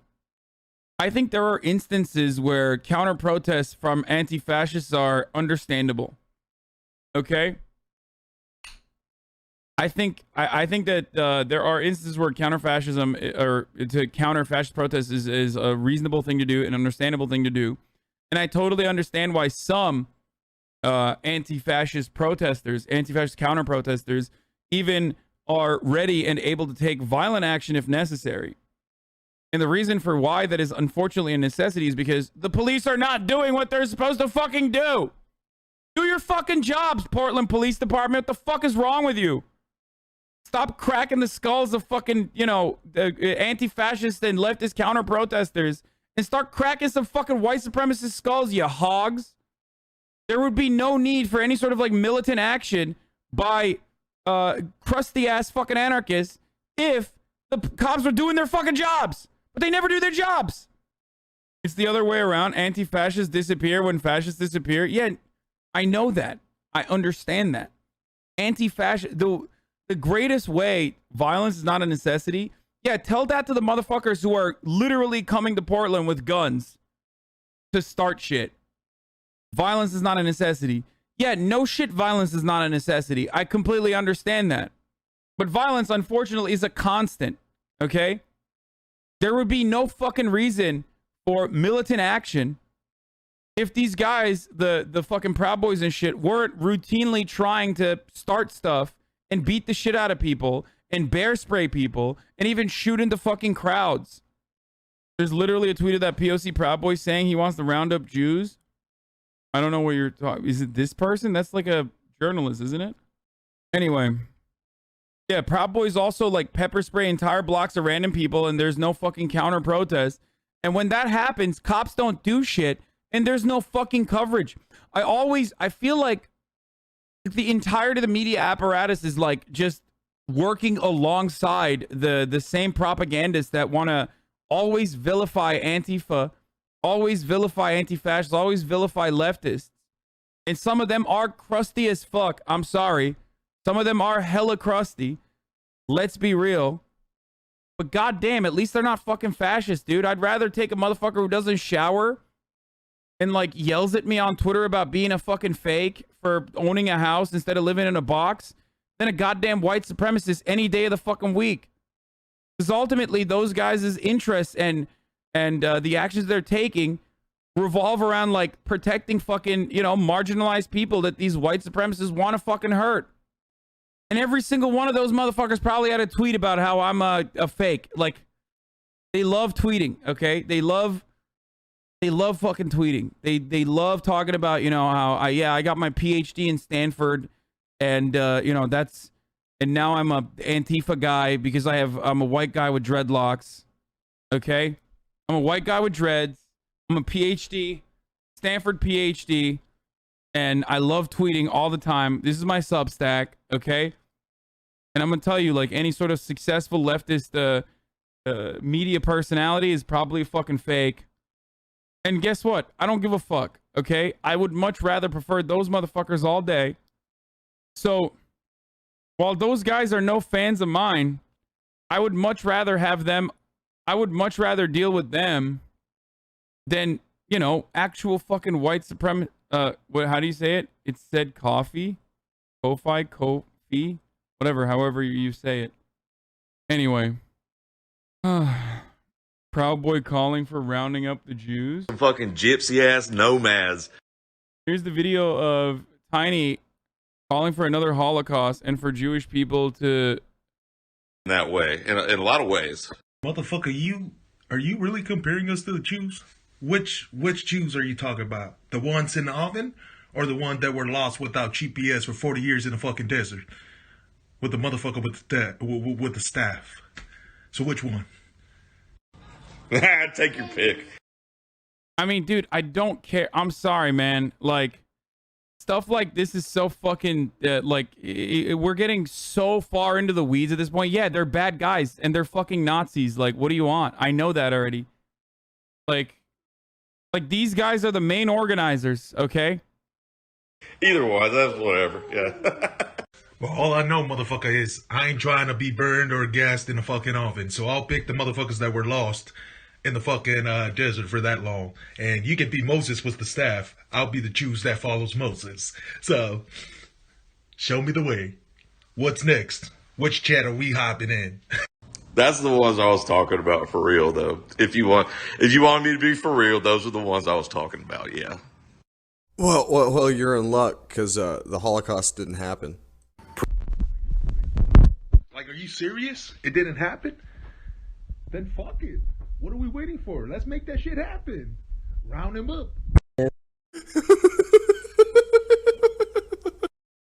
Like, fucking love you, dude. I missed you so much.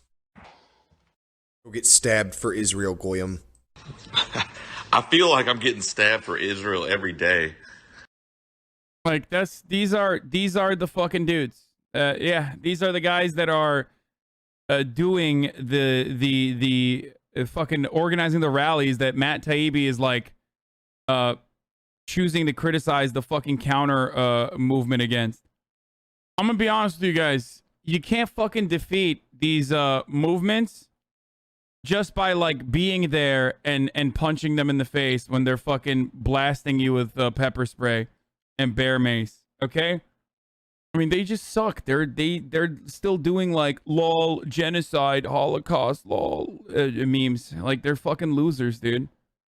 Anyway, ISIS-K is made up. Oh, I want to hear the brilliant analysis this fucking guy has, dude. Ostovane, who do you think it is? The problem is the state supports them, so fucking target the media that fucking props them up. Get them to cover the fucking collaborative effort that the Portland Police Department engages in with the Proud Boys.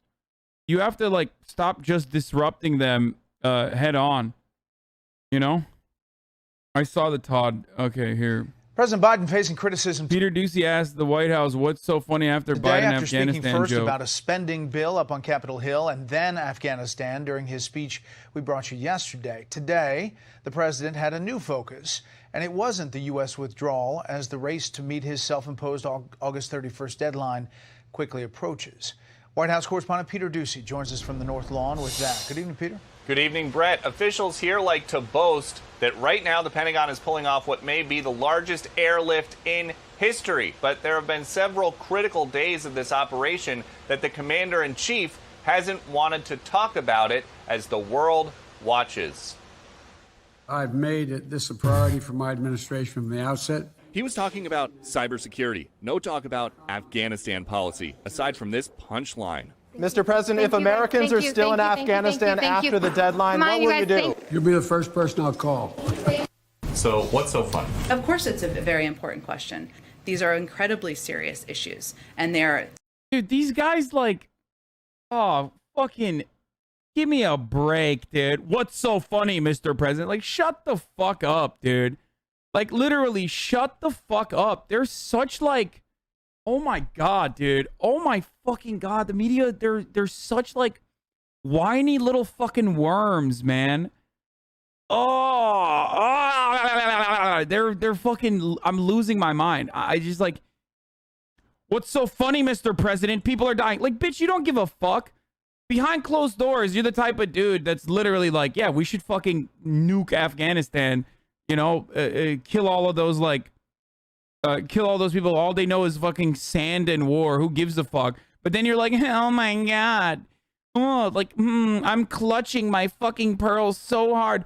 What's so funny, Mr. President? Like, shut the fuck up, dude. Shut the fuck up. Seriously. Holy fuck. A sense of where the Senate Republicans are heading. Hawley, Blackburn both call for Biden to resign. Graham said impeach. Marshall is a caveat. President Biden must face the American people and address questions of how we will respond to this massacre. He should resign immediately. Yeah, Biden should fucking face the American people. Yeah. Pretty funny that they want to impeach him. Like, not gonna lie. Critical support to Joseph Robinette Biden, a anti-imperialist hero, at least in Afghanistan. Okay? I'm a fucking Biden bro. So, you know, I'm gonna be real toxic. Media's got Biden derangement syndrome, boys. That's right. They got fucking BDS. Biden derangement syndrome, baby. That's right, and you fucking know it. Damn, you turn into a heavy lib from exposure? Yes, dude. Liberalism is when you fucking defend the decision to pull out of Afghanistan instead of continuing 20 years of warfare that got us to this point to begin with. Yeah. Just say you're only aesthetically in the game, and that's it. I mean, I was also a Trump supporter when he wanted to fucking pull out of Afghanistan, so I don't know what you want from me. Which one is it? Am I a lib? Or am I worse, a Trump supporter? What's up, dude? Yeah, now that I have a house, like, you know, Heard on the news people calling this Biden's Benghazi. Biden probably won't take questions. Yeah, no shot. Jen Psaki to brief reporters at 5:45 p.m. after Biden's speech, which suggests he's not likely to take questions after his remarks. Anyway, as many of you are aware, the U.S. service members and our allies are working. Our installation has been selected to support Task Force MDL. Our task force will provide housing, medical logistics, and transport for vulnerable Afghans as they begin to arrive in the United States over the upcoming days. Okay, why do you keep spamming this? Yeah, dude. I will defend Joe. I will defend Joe Biden. I'm riding with him. Internally. As the clock ticks towards a final flight out of Kabul, the president's focus on domestic issues, including the Build Back Better agenda last night, is worrying some critics. He was wasting precious time this week, burning the phones up, pressuring Democrats to vote for a $5 trillion spend. Dude, that's so fucking... That is such... These people make me so mad. Demons, all of them. Fucking demons, dude. Listen, motherfucker, you can walk and chew gum at the same time, okay? It's important to continue applying domestic pressure, and these fucking pieces of shit are using dead American military and fucking 60 dead Afghan civilians as an opportunity to be like, yeah, we shouldn't do this infrastructure bill. Fuck you, dude. Oh my fucking God. Spending bill and tax bill. That's what he was wasting time on. It's not a waste of time, you fucking piece of shit. American infrastructure is important. It's still a fucking necessity. It's still gonna happen, okay? It still needs to happen. Oh my fucking God, they're disgusting. These people are such assholes, dude. They don't give a fuck. To say that today's loss of American lives in Kabul is sickening does not begin to do justice for what has happened is enraging. And Joe Biden is responsible. It's now clear beyond doubt that he neither has the capacity nor the will to lead. He must resign. Oh my God, dude. Oh, this minute is of great. his days should be getting all Americans out. The top Democrat in Congress still backs Biden. The judgment about leaving is a judgment that the president has made. I trust his judgment. Republicans, including some who served, don't. But we are on the cusp, Harris, of having the biggest mass hostage situation in American history. It's going to make 1979 in Tehran look like a sleepover. After the president's deadline to leave, the Taliban may remain U.S. partners. If it makes good on its commitments to allow people who want to leave Afghanistan. Of course they're gonna fucking... This is Trump's deal. This is literally Trump's deal. This is Trump's deal. They're all fucking crying about Trump's deal that Biden is continuing on. Josh Hawley back in April. President Biden should withdraw troops in Afghanistan by May 1st of the Trump administration plan, but better late than never. It's time for this forever war to end. Of course, dude. Of course. Fuck. I hate this so much. Like, it's not only fucking Trump's evacuation plan that's being followed on. It's also the correct thing to do. Okay? Adding additional military there, is psychotic. And I bet Joe Biden will probably fucking cave. To leave, that's a government we can work with. But that could conflict with a long-standing foreign policy tradition. Why haven't we heard the president say the United States does not negotiate with terrorists? Is that still the U.S. policy? Well, of course it is, Peter, but I would also say... Oh, Jan Psaki should literally be like, one man's terrorist is another man's freedom fighter, bitch.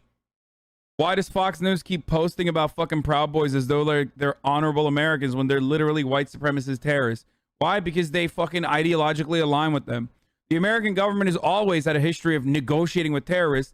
Terrorism is a completely political term that is absolutely meaningless that we designate to our fucking, that we designate the non-state actors and even in some instances state actors, as long as like we want to fucking destroy habeas corpus and rob them of any sort of fucking humanity and literally just fucking lock them forever, okay, and torture them like previous fucking administrations did, maybe even this one, who knows. Okay, that's it. That's what terrorism is. Okay, it's not to say that this administration aligns ideologically with the Taliban. Republicans do, okay, but you know, and they're openly doing that. But it's more so that like this is now the Afghan government. This is now the Afghan government. Thankfully, thanks to the incredible work that the Trump administration prior put together. So if you have a fucking problem with that, then, you know, take it up with your fucking president that some of your audience still thinks is the current president. To say that there's a reality that the Taliban is currently controlling large swaths of Afghanistan. That is a reality on the ground.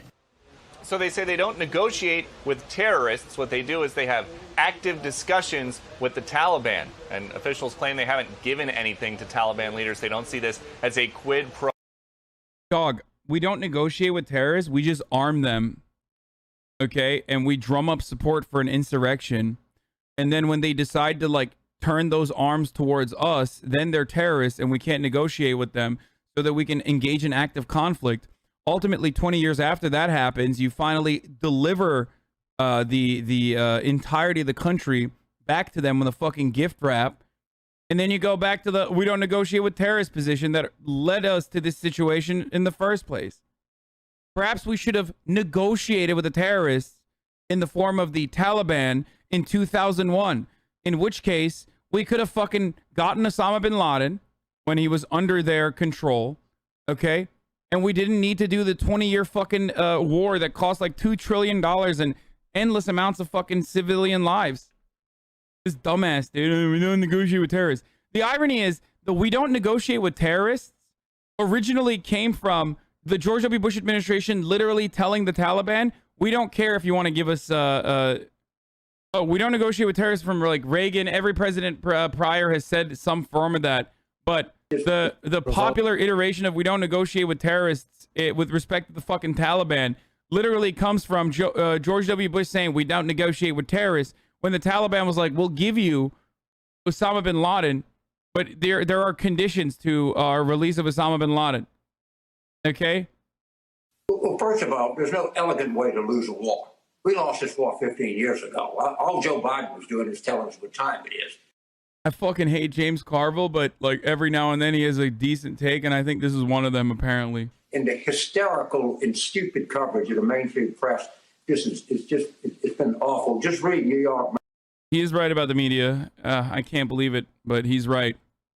He's a psycho, but he's right. Afghanistan isn't the end of America's forever wars. The Couch Report? What the fuck is this?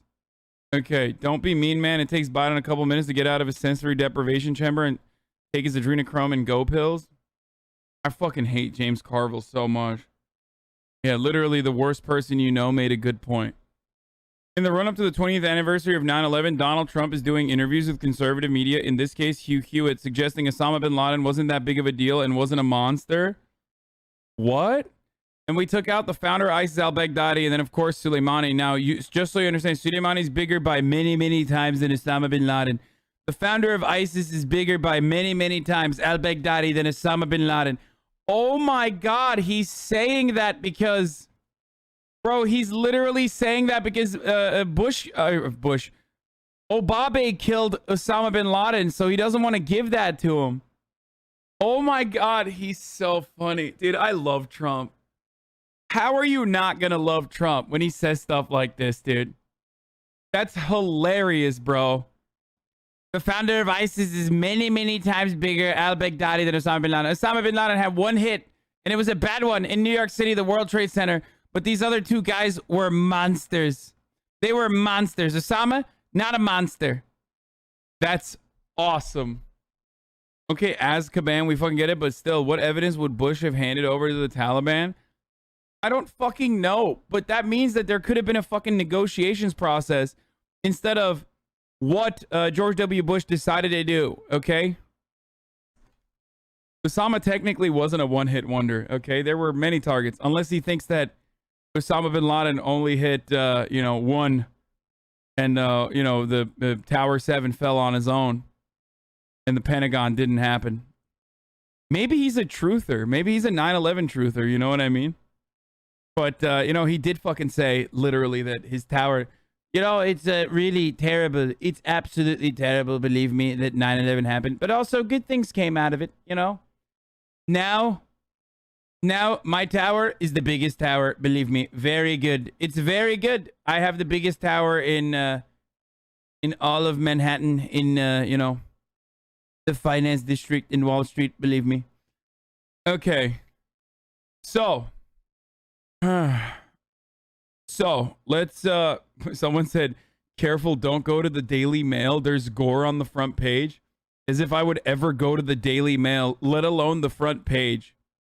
You know what I mean? Oh man, that's my favorite website that I go to. My favorite news outlet. Fuck.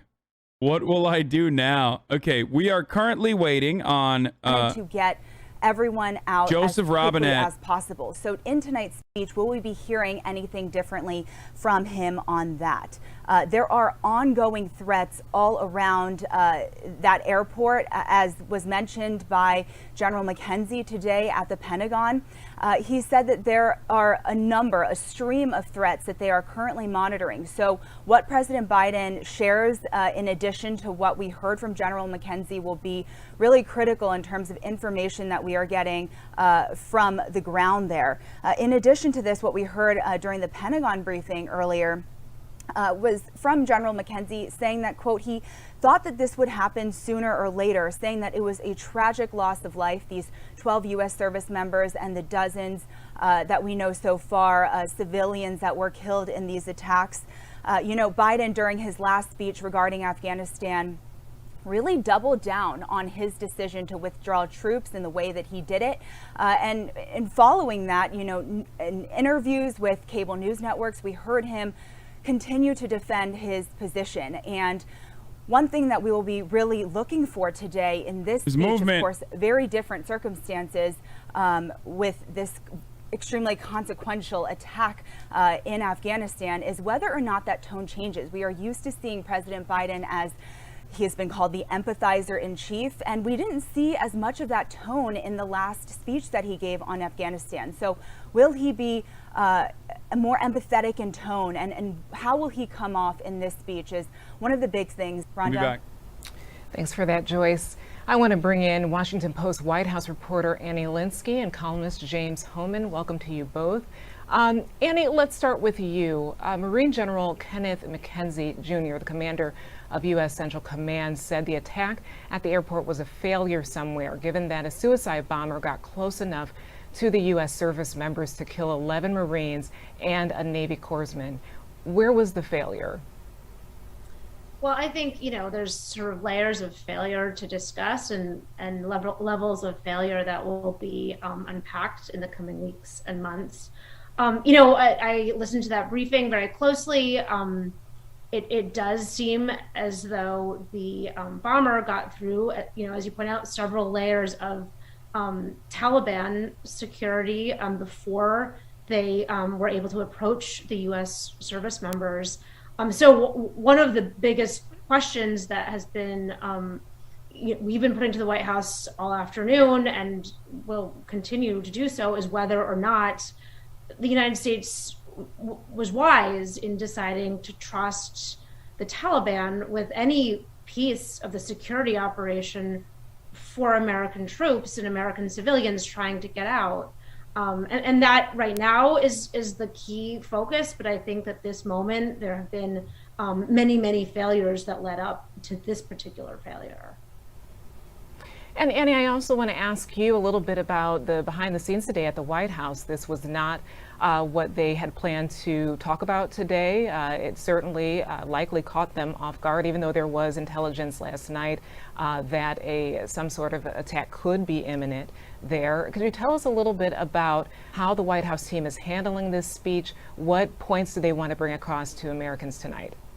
Well, absolutely. I mean, the president today was supposed to meet for the first time in the White House with Israel's new prime minister, Bennett. And that bilateral meeting with one of our top allies in the Mideast, I might add, was delayed a day, and that it was going to happen tomorrow because that meeting was scheduled sort of just in the aftermath of this event. And so that schedule, of course, the president's schedule has been completely rejiggered and refocused on Afghanistan. Also, the vice president's schedule has changed too. She is flying back from her trip to Asia, and in Hawaii now. She was planning to go to California to fundraise, to do a campaign event for Gavin Newsom, the governor there, and that has been taken off of her schedule, and she's instead flying directly back to Washington. Campaign, so there fundraise, same absolutely shit. has been a kind of last minute scramble to get the world's leaders up to speed, and they're obviously monitoring these events quite closely. But that that has been the story of the last 2 weeks or so at the White House. This is a time that Biden was supposed to be on vacation. Plans had been drawn up for cabinet secretaries to fan out not his across vacation. the country and sell the infrastructure deal that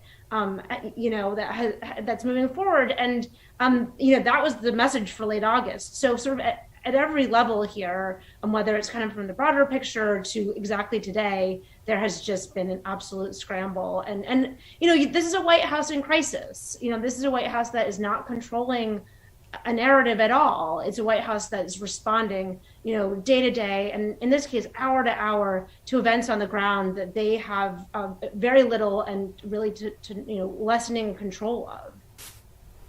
And James, I want to bring you in. Let's just talk about the big picture here. How significant was this attack today? How does this sort of change the game, especially when we're talking about these evacuations that need to be wrapped up in a matter of days?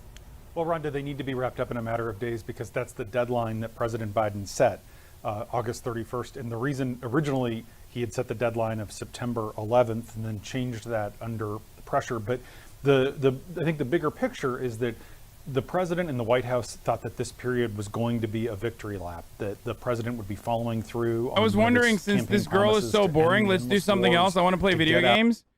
Dude, are we like, how many 12-year-olds are in my fucking audience lately? Like, it's wonderful that this community is growing and there's young people that are like interested in learning about politics. But it's also incredibly fucking weird when I have like literal 12-year-olds who are like, like, President Biden is not on immediately. We have to stop this. I'm so bored. Like, it's just like, chill, okay? Like, we're gonna get to it. We're gonna get to other shit. Why aren't they showing Biden walking up? Oh, we'll go to President Biden right now. This evening in Kabul, as you all know, terrorist attacked that we've been talking about and worried about, that the intelligence community has assessed, has undertaken an attack by a group known as ISIS-K. Took the lives of American service members standing guard at the airport and wounded several others seriously. He had also wounded a number of civilians, and civilians were killed as well. I've been engaged all day in constant contact with the military commanders here in Washington, the Pentagon, as well as in Afghanistan and Doha. And my commanders here in Washington in the field have been on this with great detail, and you've had a chance to speak to some so far. The situation on the ground is still evolving, and I'm constantly being updated. These American service members who gave their lives, it's an overused word, but it's totally appropriate here, were heroes. Heroes who have been engaged in a dangerous, selfless mission to save the lives of others. They're a part of an airlift, an evacuation effort unlike any seen in history, with more than 100,000 American citizens, American partners, Afghans who helped us, and others taken to safety in the last 11 days. Just in the last 12 hours or so, another 7,000 have gotten out. They were part of the bravest, most capable, the most selfless military on the face of the earth. And they're part of simply what I call the backbone of America. They're the spine of America, the best the country has to offer. Jill and I, our hearts ache, like I'm sure all of you do as well, for all those Afghan families who lost loved ones, including small children, or have been wounded in this vicious attack. And we're outraged as well as heartbroken. Being the father of a Army major who served for a year in Iraq, and before that was in Kosovo as a U.S. attorney for the better part of 6 months in the middle of a war.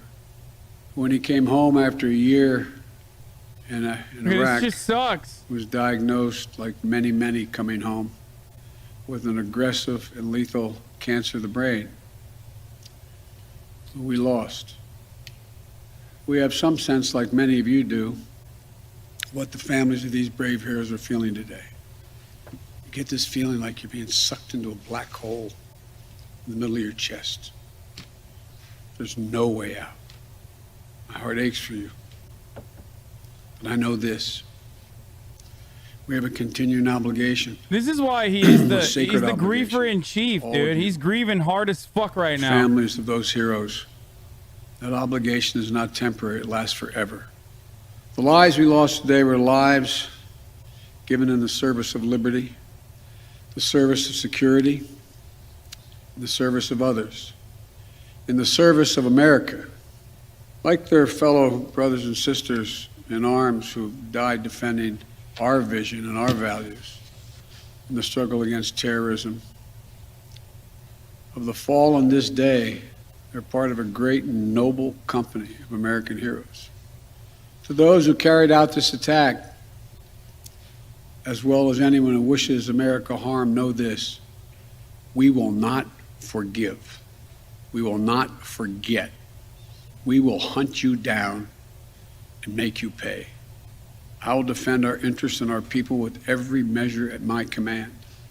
Over the past few weeks, I know many of you are probably tired of hearing me say it.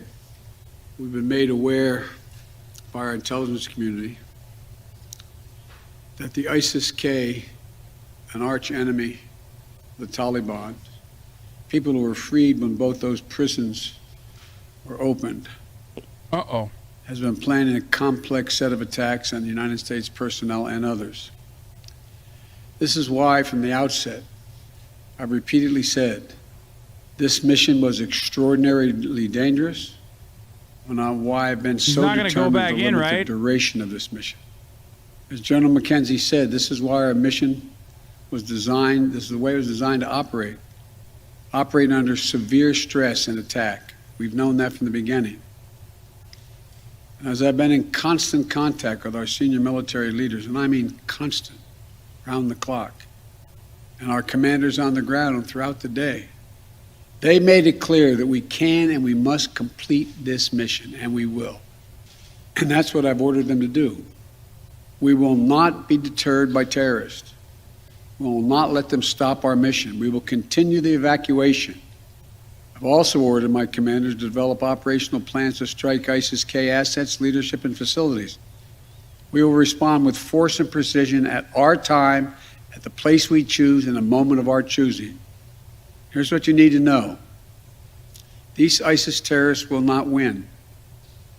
We will rescue the Americans in there. We will get our Afghan allies out. And our mission will go on. America will not be intimidated. And I have the utmost confidence in our brave service members who continue to execute this mission with courage and honor to save lives and get Americans, our partners, our Afghan allies out of Afghanistan.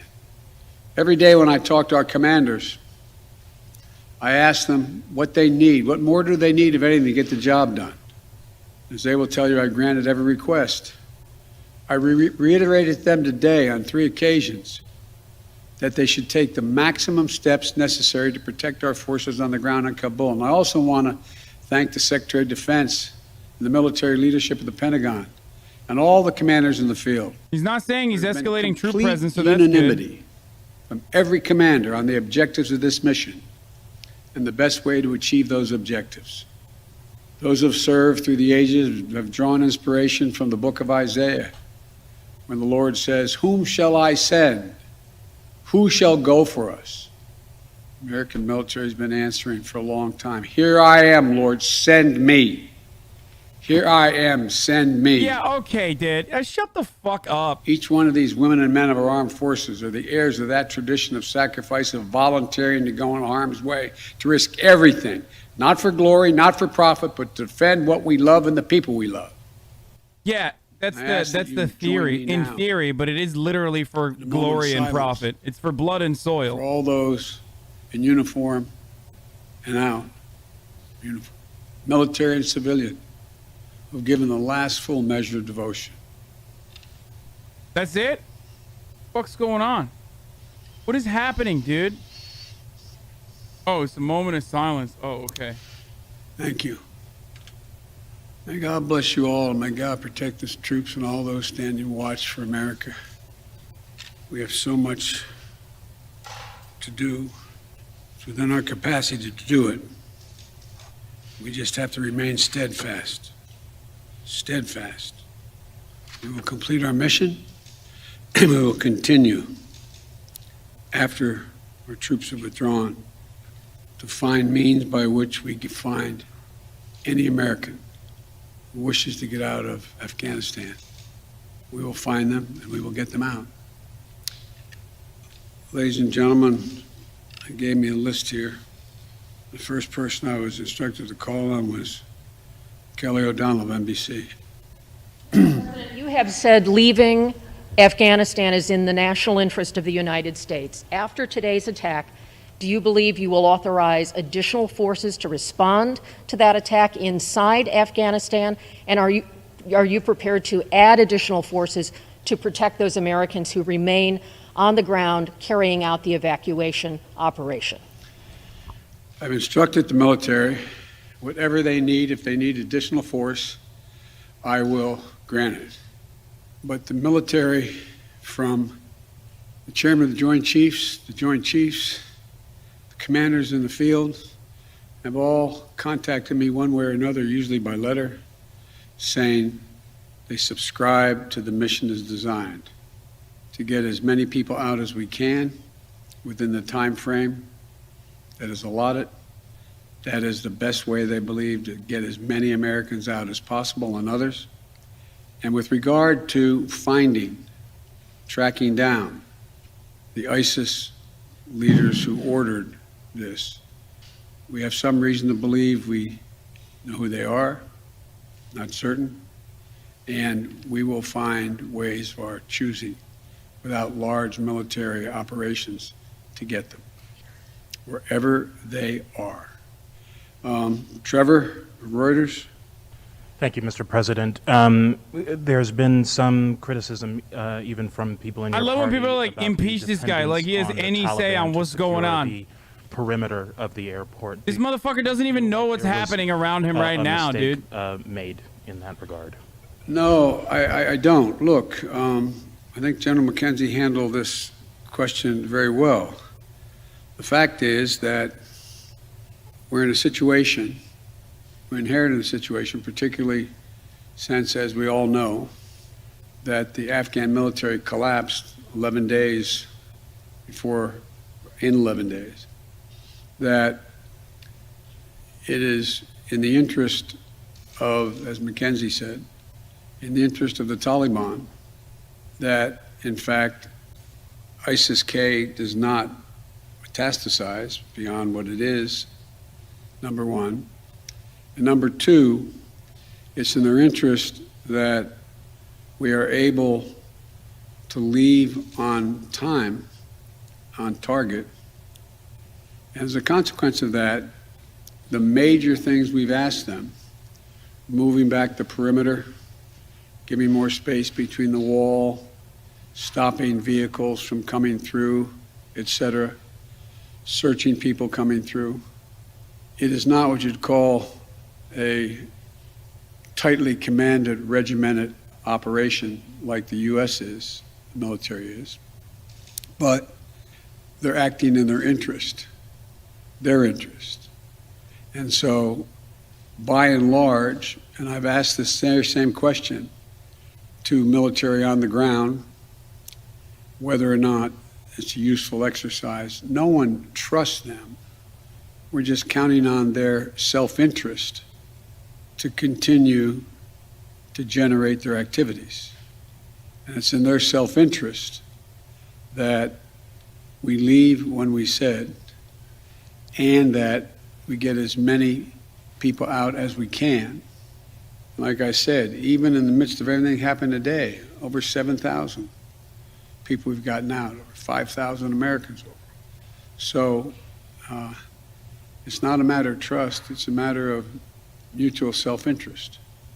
But there is no evidence thus far that I've been given as a consequence by any of our commanders in the field that there has been collusion between the Taliban and ISIS in carrying out what happened today, both in front of the hotel and what is expected to continue for beyond today. Amir, Associated Press. Thank you, Mr. President. You have spoken again powerfully about your own son and the weight of these decisions. With that in mind, and also what you've said, that the longer we stay, the more likelihood that there would be a major attack. How do you weigh staying even one more day, considering what's happened? Because I think what America says matters. What we say we're going to do in the context in which we say we're going to do it, that we do it, unless something exceptional changes. There are additional American citizens. There are additional green card holders. There are additional personnel of our allies. There are additional SIV card holders. There are additional Afghans that have helped us. And there are additional groups of individuals that have been contacted us, from women's groups to NGOs and others, who have expressly indicated they want to get out and have gathered in certain circumstances in groups, on buses and other means. That still presents the opportunity for in the next several days between now and the 31st to be able to get them out. And our military, and I believe, to the extent that we can do that knowing the threat, knowing that we may very well have another attack, the military has concluded that's what we should do. I think they're right. I think they're correct. And after that, we're going to be in a circumstance where there will be, I believe, numerous opportunities to continue to provide access for additional persons to get out of Afghanistan, either through means that we provide and or are provided through in cooperation with the Taliban. They're not good guys, the Taliban. We're not suggesting that at all. But they have keen interest. As many of you have been reporting, they very much would like to figure out how to keep the airport open. They don't have the capacity to do it. They very much are trying to figure out whether or not they can maintain what is the portion of an economy that has become not robust, but fundamentally different than it had been. And so there's a lot of reasons why they have reached out, not just to us, but to others, as to why it would be continued in their interest to get more of the personnel we want to get out. We can locate them. Now, there's not many left that we can assess that want to come out. There's some Americans we've identified, we've contacted the vast majority of them, not all of them, who don't want to leave because they're dual nationals, they have extended families, etc. And there's others who are looking for the time. So that's why we continue. I'll take a few more questions, but you, sir. I wanted to ask you, okay. You say that what America says matters. What do you say to the Afghans who helped troops who may not be able to get out by August 31st? I say we're going to continue to try to get you out. It matters. Look, I know of no conflict, as a student of history, no conflict where when a war was ending, one side was able to guarantee that everyone they wanted to be extracted from that country would get out. And think about it, folks. I think it's important. I know the American people get this in their gut. There are, I would argue, millions of Afghani citizens who are not Taliban, who did not actively cooperate with us as SIVs, who, if given a chance, they'd be on board a plane tomorrow. It sounds ridiculous, but the vast majority of people in communities like that want to come to America, given a choice. So getting every single person out can't be guaranteed by anybody, because there's a determination all who wants to get out as well. At any rate, it's a process. I was really pointing to you, but you, sir. Thank you, Mr. President. There are reports that U.S. officials provided the Taliban with names of Americans and Afghan officials to evacuate. Were you aware of that? Did that happen? And then, sir, did you personally reject a recommendation to hold or to recapture Bagram Air Force Base? Here's what I've done. Let's answer the last question first. On the tactical questions of how to conduct an evacuation or a war, I gather up all the major military personnel that are in Afghanistan, the commanders, as well as the Pentagon. And I ask for their best military judgment. What would be the most efficient way to accomplish the mission? They concluded, the military, that Bagram was not much value added, that it was much wiser to focus on Kabul. And so I followed that recommendation. With regard to, there are certain circumstances where we've gotten information, and quite frankly, sometimes from some of you, saying you know of such and such a group of people or trying to get out, they're on a bus, they're moving, from other people. And this is their location. And there have been occasions when our military has contacted their military counterparts in the Taliban and said, this, for example, this bus is coming through with X number of people on it, made up of the following group of people. We want you to let that bus or that group through. So yes, there have been occasions like that. And to the best of my knowledge, in those cases, the bulk of that has occurred, they've been let through. But I can't tell you with any certitude that there's actually been a list of names. I know there may have been, but I know of no circumstance. It doesn't mean it didn't exist. That here's the names of 12 people, they're coming, let them through. It could very well have happened. I'll take one more question. Wait. Let me take the one question from the most interesting guy that I know in the press. That's you. Mr. President, there had not been a U.S. service member killed in combat in Afghanistan since February of 2020. You set a deadline, you pulled troops out, you sent troops back in, and now 12 Marines are dead. You said the buck stops with you.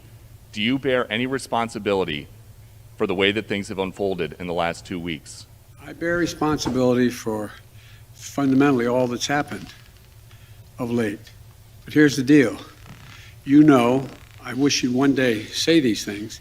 You know as well as I do that the former president made a deal with the Taliban that he would get all American forces out of Afghanistan by May 1.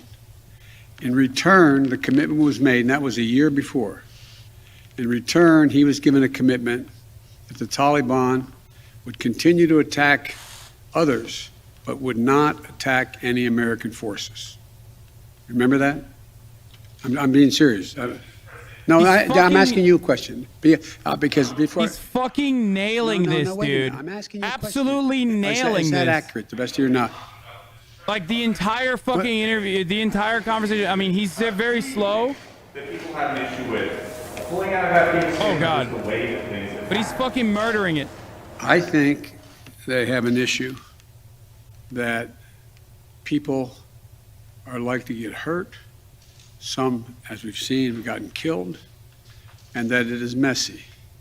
The reason why, whether my friend will acknowledge it or has reported it, the reason why there were no attacks on Americans, as you said, from the date until I came into office, was because the commitment was made by President Trump, I will be out by May 1st. In the meantime, you agree not to attack any Americans. That was the deal. That's why no American was attacked. A few days ago, you said you squarely stand by your decision to pull out. Yes, I do, because look at it this way, folks, and I have another meeting for real. But imagine where we'd be if I had indicated on May the 1st I was not going to renegotiate an evacuation date. We were going to stay there. I'd have only one alternative: pour thousands of more troops back into Afghanistan to fight a war that we had already won relative to why the reason we went in the first place. I have never been of the view that we should be sacrificing American lives to try to establish a democratic government in Afghanistan, a country that has never once in its entire history been a united country and is made up, I don't mean this in a derogatory, made up of different tribes who have never, ever, ever gotten along with one another. And so, as I said before, and this is the last comment I'll make, we'll have more chance to talk about this, unfortunately, beyond, because we're not out yet. If Osama bin Laden, as well as al-Qaeda, had chosen to launch an attack when they left Saudi Arabia out of Yemen, would we have ever gone to Afghanistan? Even though the Taliban completely controlled Afghanistan at the time, would we have ever gone? I know it's not fair to ask you questions, it's rhetorical, but raise your hand if you think we should have gone and given up thousands of lives and tens of thousands of wounded. Our interest in going was to prevent al-Qaeda from reemerging, first to get bin Laden, wipe out al-Qaeda in Afghanistan, prevent that from happening again. As I've said 100 times, terrorism is metastasized around the world. We have greater threats coming out of other countries, a heck of a lot closer to the United States. We don't have military encampments there. We don't keep people there. We have over-the-horizon capability to keep them from going after us. Ladies and gentlemen, it was time to end a 20-year war. Thank you so much.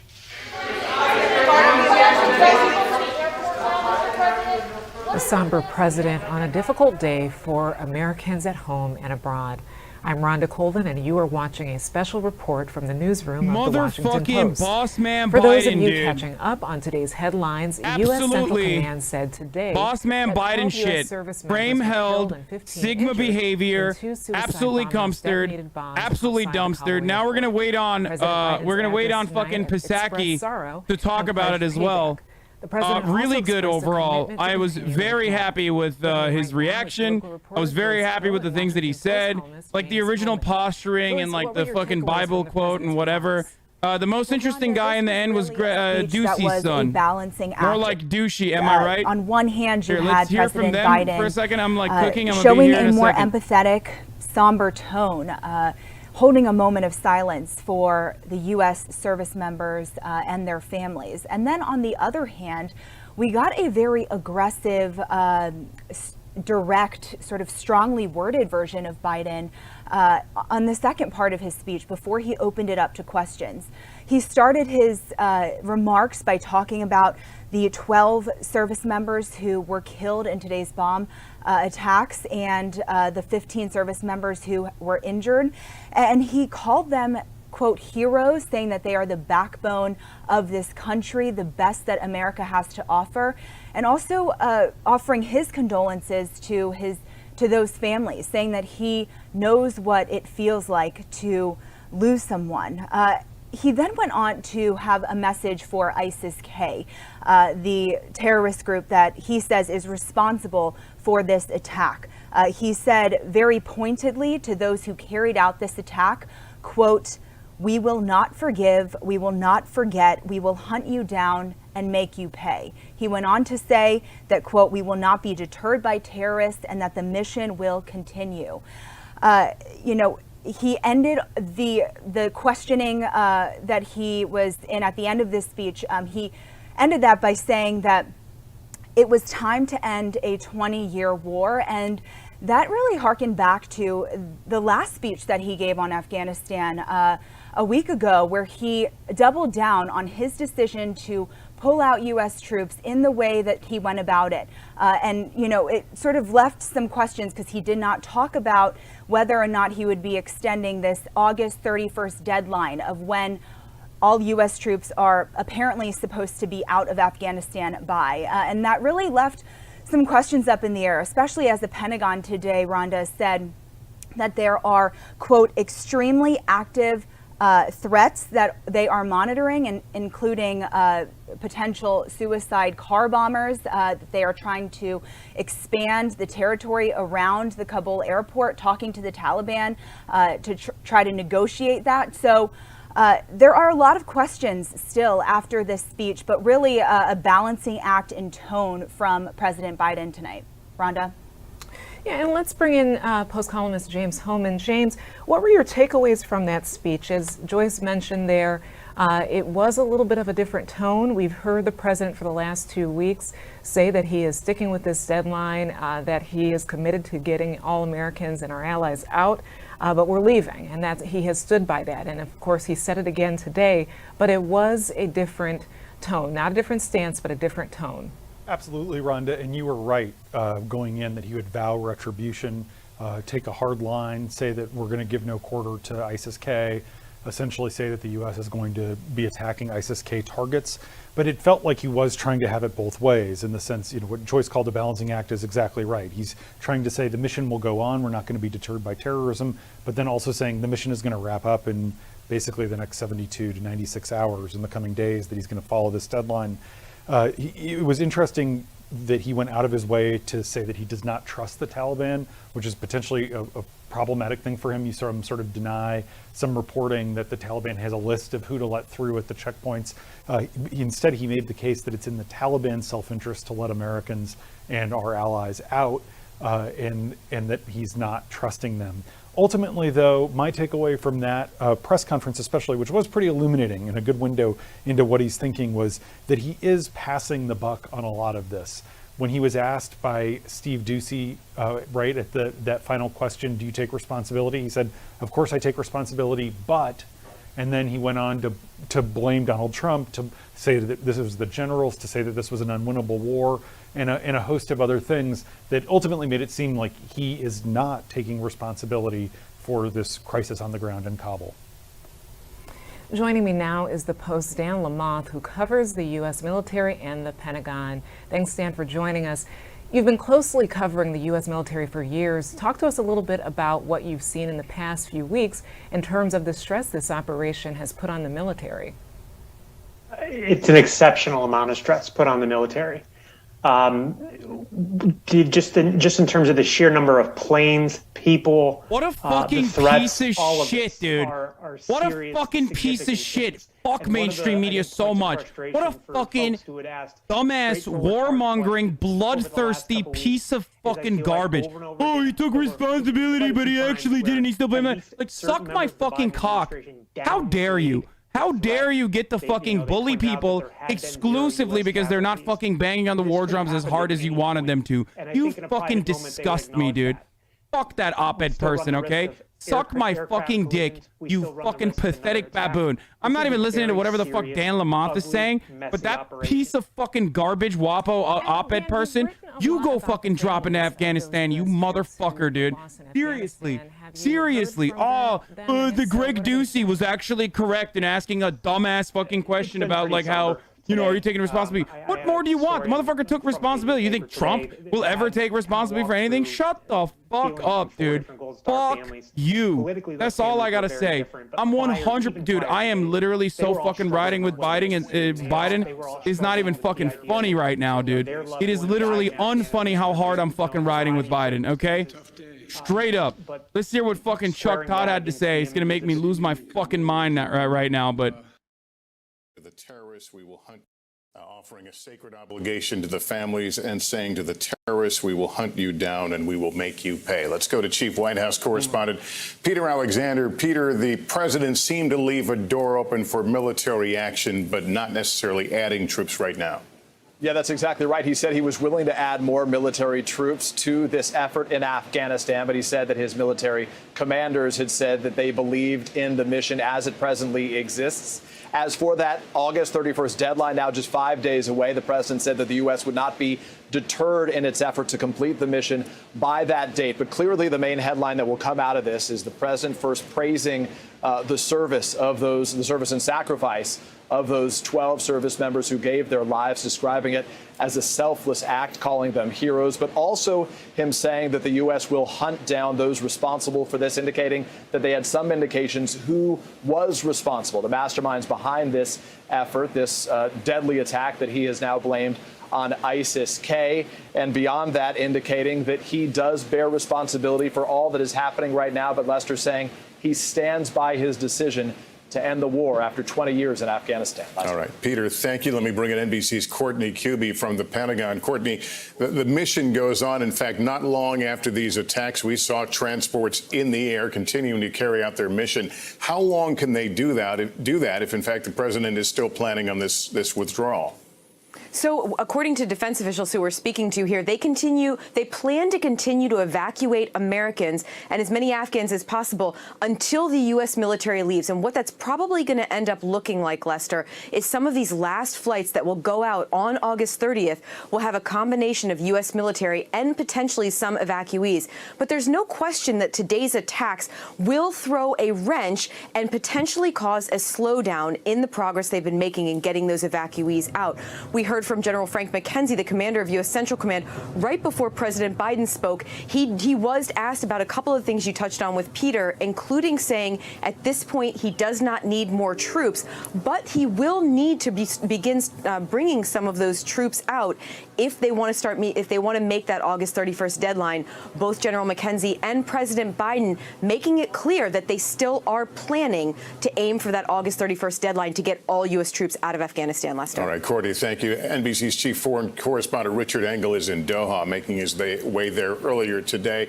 Richard, the president touched on it. We've heard a little bit about maybe cooperation is too much of a word here, but the Taliban and the U.S. working to some extent to try to understand the threat. I think cooperation is the word. President Biden was talking about specifically telling the Taliban about buses that need to go through and make their way to the airport. I've seen that in action. I've seen the Taliban working with a variety of international organizations, NGOs, other governments, the Qatari government, where they are in contact with diplomats, they are on contact with their cell phones, and they are coordinating shuttles through the city. They're coordinating safe passage. So I think partner is absolutely the way to describe it. It is an unusual relationship. Earlier we heard that now the U.S. is sharing limited intelligence with the Taliban. And if the United States is going to hunt down ISIS, they will. Okay, first and foremost, let me just lay down a couple fucking rules, okay? The only reason why you would ever be surprised that, like, oh my God, now we have to put down our arms and fight side by side with the Taliban against ISIS is if you are a fucking dumbass neoliberal or a neocon and you see the world through an ideological lens rather than one that revolves around dialectical materialism specifically. Okay? Yes, the people that you were fighting yesterday are now your fucking allies because that's how it works. Okay? There is no like ideological reason for why you're fighting the Taliban and then the Taliban is fighting back against you. It's for power. It's for material necessity. It is not about fucking, oh, they hate us because they hate us. So, of course, if you're fed a healthy diet of imperialist American exceptionist propaganda, then you are going to turn around and be like, I don't understand. These guys are bad guys and we're the good guys. What the fuck? Why are we friends now? Because that's how it works. Okay? That's just how it works. It's for fucking money. Okay? The reason why you went there was literally just for money. Shut the fuck up. Sorry. A bit convenient that an ISIS separatist group is now in eastern Iran. Yeah, I know. It's a little sussy. It's a sussy little baka move, okay? It's a sussy little baka fucking move. But that's why people are, like, confused. They're like, what if these guys are fucking enemies? Like, what? I don't understand. Like, no. They're your enemies when you are staying there, okay? They're your fucking enemies when you're there. Now they're your friends because there's a actual enemy that you know, brings you guys together, okay? Anyway, bullshit, the reason was not money. Yeah, no, totally. So that's one. Also, number fucking 2, Republicans are being openly racist on the timeline. Shocker. Shocker. ISIL was stupid doing an attack in a city near you. They're already on planes on the way over as we speak, being referred to as refugees. Yeah, I mean, fuck those people. For the record, okay? That's the reason why, you know, they are aligned now on the same interest. For the record, also, I was completely fucking right. Every single thing I said, Joe Biden also said. And he did a decent job overall of combating the fucking narrative. No escalation of war, no troop presence escalation. Good. Except for drone strikes, obviously. We'll see what happens, ultimately. But this guy, Richard Engels, the guy that you see on your screen, is like a psychopath, dude. He is a bloodthirsty monster. It is deeply depressing to watch what could be the final Afghans loaded up and flying out of their country. Afghans without hope. Now millions live in fear, humiliating, and for the U.S. and Afghanistan. Like, this guy is constantly, like, he's not a journalist, dude. He is a propagandist. Okay? He is not a fucking journalist. He is a propagandist. You are not doing actual journalism. If you're fucking so blinded by your own, like, sense of humiliation, sense of pride in the American imperialist machine, like, you are not a good person. You are a fucking bad person. You're a very bad person. Okay? Sounds like you're describing yourself. I'm not a fucking journalist, you stupid, dumb, smooth-brained baboon dipshit. I am a fucking Twitch streamer who is absolutely biased, okay? And I admit those biases. I don't sit there and act like I'm doing Associated Press-style fucking foreign war correspondence. You dumb moron.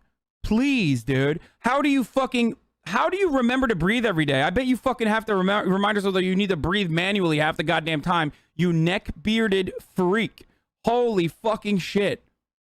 We'll have a partner in the Taliban. The Taliban was already looking for ISIS. A lot of these fighters were in jail, and they managed to escape when Kabul collapsed. ISIS, they broke out of the jails. Taliban moved in to break out their fighters. Some criminals and Al-Qaeda and other extremists broke out at the same time. So while you have the Taliban in charge, the Taliban now has a terrorist problem. That's how things have developed in Kabul, but now they're working with the U.S. to try and speed up the evacuation. So it is a profoundly different security arrangement than we have ever seen in Afghanistan. Just a few weeks ago, the United States was bombing the Taliban. Now they are coordinating with the Taliban to evacuate people. And potentially, this guy's so fucking horny, dude. I hate him. I hate him. I hate him. I hate him. I hate him. All right, let's leave. I think you also heard the president make clear from Jen Psaki, that there is not an end to our commitment to getting America address this earlier this afternoon, and he made clear. And I understand your question is slightly different from that, but I think it's worth repeating and important to repeat that we don't have any information at this point in time, and that has not changed over the last couple of hours to suggest that the Taliban had knowledge of or was engaged in or involved in this attack. Obviously, what happened today and the loss of lives of U.S. service members, of Afghans, is a tragedy, is horrific, is one of the worst things, if not the worst thing we've experienced during President Biden's time in office. But again, we don't have any additional assessment at this point in time. Go ahead. He talked about the ongoing mission to get people out after the 31st. But to be clear, as of tonight, is it still the plan to get all U.S. forces out by August 31st? Nothing has changed on that timeline. Okay. Did the president, based on his public comments over the last few days, did the president see this coming? Well, I think what you have seen the president say, and many members of our military and our national security team say, is that we have been closely watching and assessing the threat of ISIS-K, and that we have had increasing concern about that threat growing over the last couple of days. So this has been a concern that we have been watching, and we saw, of course, the tragic events happen today. And what does today's attack say about the U.S.'s ability to keep the terrorist threat in check once the U.S. pulls all military forces out of Afghanistan? Because this is something he talked about in early July when he reiterated what the plan was. You're right, and I appreciate that question. I think it's important for people to know and understand that the threat that is posed by having thousands of U.S. military on the ground, still currently on the ground, implementing a mission, committed to a mission, as you heard General McKenzie and the president also say, that is a threat. They are a target.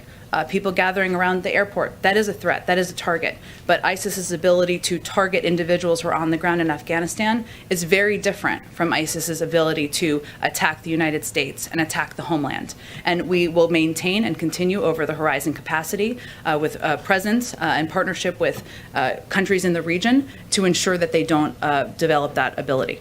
Do you know yet if he would go to Dover to greet the caskets of those that were killed? I'm certain the president will do everything he can to honor the sacrifice and the service of the lives who were lost today.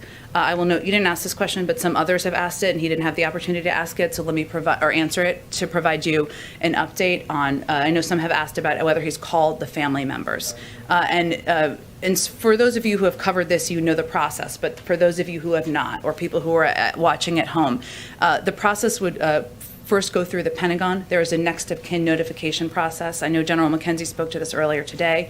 That is the process that is still underway at this point in time. Until that process concludes, the president would not make a call because that's the first step in the process. And then in terms of additional steps such as Dover, of course, he would consider and want to be a part of any means of honoring the lives that were lost today. Go ahead. Thank you, Jen. General McKenzie described this, one of the explosions at the Abbey Gate happening at a point after someone had been searched by the Taliban. How is the United States still going to work with the I hate this Taliban the way that the president is describing? I hate this motherfucker so much, dude. To get America. The only reason why he's there is because his dad is literally a fucking Fox News commentator on the morning show. Look, I'm not trying to sugarcoat what we think of the Taliban. The Taliban they're not a group we trust. He's literally trying to say, like, the Taliban is coordinating with ISIS, like they're doing it on purpose. That the Taliban controls large swaths of Afghanistan. And to date, because of coordination with the Taliban, we've been able to 104,000 people, save 104,000 lives. And that coordination is necessary in order to continue our evacuation. Douchey, man. His last name is douchey. I understand your question, Peter, and the questions of others on what they knew or what their fucking role was. last name. There's no what more do you need? That's an automatic L, dude. You can't be a fucking journalist. Obviously, that's your last name is douchey. If that changes, we will let you all know. And does the president really think that they are going to be reliable partners if we're already getting reports that they're not letting Afghans to the airport and the U.S. is still at the airport? Well, I think you mean after the 31st or moving over the next couple of days? Well, we've heard that it's already happening. So does he think that's going to get Well, better? I note also that, as the president just said, more than 7,000 people have been evacuated over the course of the last 12 hours. That is while there was an active attacks that were happening. Those are individuals who were let through gates, who were let onto planes, and got us well over 100,000 people who have been evacuated. Again, this is not about trust.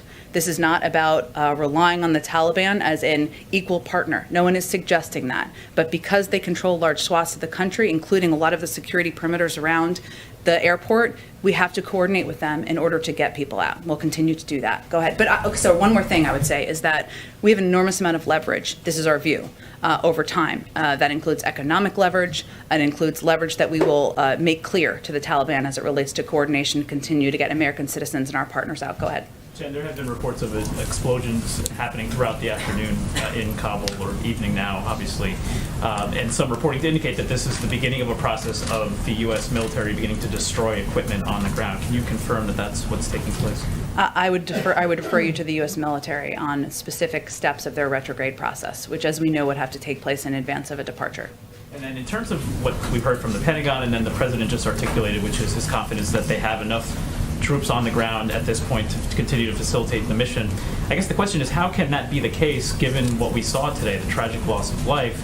Doesn't that call for additional troop levels potentially needed, reinforcements needed on the ground? And additionally, what is the concern for the ongoing threat that ISIS-K continues to pose to these efforts? There is an ongoing threat. And every day that our troops are on the ground, they are at risk. And that's a reality. And as you saw the Pentagon brief out earlier today, these were attacks that we had obviously had intelligence in terms of over the last several days of our rising concerns. But I will tell you that as it relates to your first question, Mike, I've been sitting in these meetings as well, and every single meeting the president asks the Pentagon, nearly every meeting before they conclude, is there anything else you need to conclude your mission? Do you need equipment? Do you need troops? Do you need resources? He's asked them that again today as it relates to completing their mission over the next coming days and going after the individuals, the terrorists who killed service members today as well. Go ahead. Thank you, Jen. You just noted you were in some of these meetings today. Was there ever a point where the president was reconsidering this deadline of having all U.S. forces out by August 31st? No, and here's why. The president relies on the advice of his military commanders, and they continue to believe that it is essential to get out by the 31st. That is their advice. And there are several reasons for that. One is the ongoing threats. And the second is that we want to be able to have the ability to get individuals out who have been partners of ours after the 31st. And they believe the best way to do that is to stay on that timeline at this point in time. And does the White House still anticipate that those flights of mass evacuations will end before the actual 31st? I'm not going to get into an operational timeline of when the last evacuation flight will be, and I don't expect the Department of Defense will do that either. We will let you know, as we have twice a day, as we have updated numbers. One more question. Is there an alternative plan being discussed for how to get these people who are seeking to leave to the airport, given it is potentially perilous to go and wait outside the gates right now to get in? There are a range of operations and operational approaches that our commanders and military on the ground have been utilizing over the course of several days, if not more. I'm not going to outline those from here, but that is why they're in touch with American citizens, why they're in touch with partners we're working to evacuate, to get them safely to the airport and evacuated at the appropriate time. Go ahead. Is it your opinion that the president has the authority he needs from Congress or wherever else to continue operations beyond August 31st? He kind of talked about pursuing ISIS-K wherever, whenever he needs to. Is there any expectation that he'll need any additional authority to do so? I don't believe there's an expectation of additional authority needed. And what about for military commanders on the ground? Will they need to come back in order to conduct counterterrorism operations, in order to do anything of the sort? Well, again, as the president just said in his remarks a little while ago, he's asked them to draw up plans. The president I don't think he could have been more clear about the fact that he believes we will not forgive, we will not forget, and we will hunt down these terrorists. Chat, what the fuck is Peter Ducey's tag on Twitter? I can't find it. I'm trying to add him. Delivering on, but I don't have anything to outline for you today on that. And is it possible to do that with no military troops, no military bases in the surrounding countries around Afghanistan? Again, I would note for you, Trevor, as you know, you've covered these issues quite closely. We have a range of counterterrorism capacities in a number of countries around the world. We don't have military bases.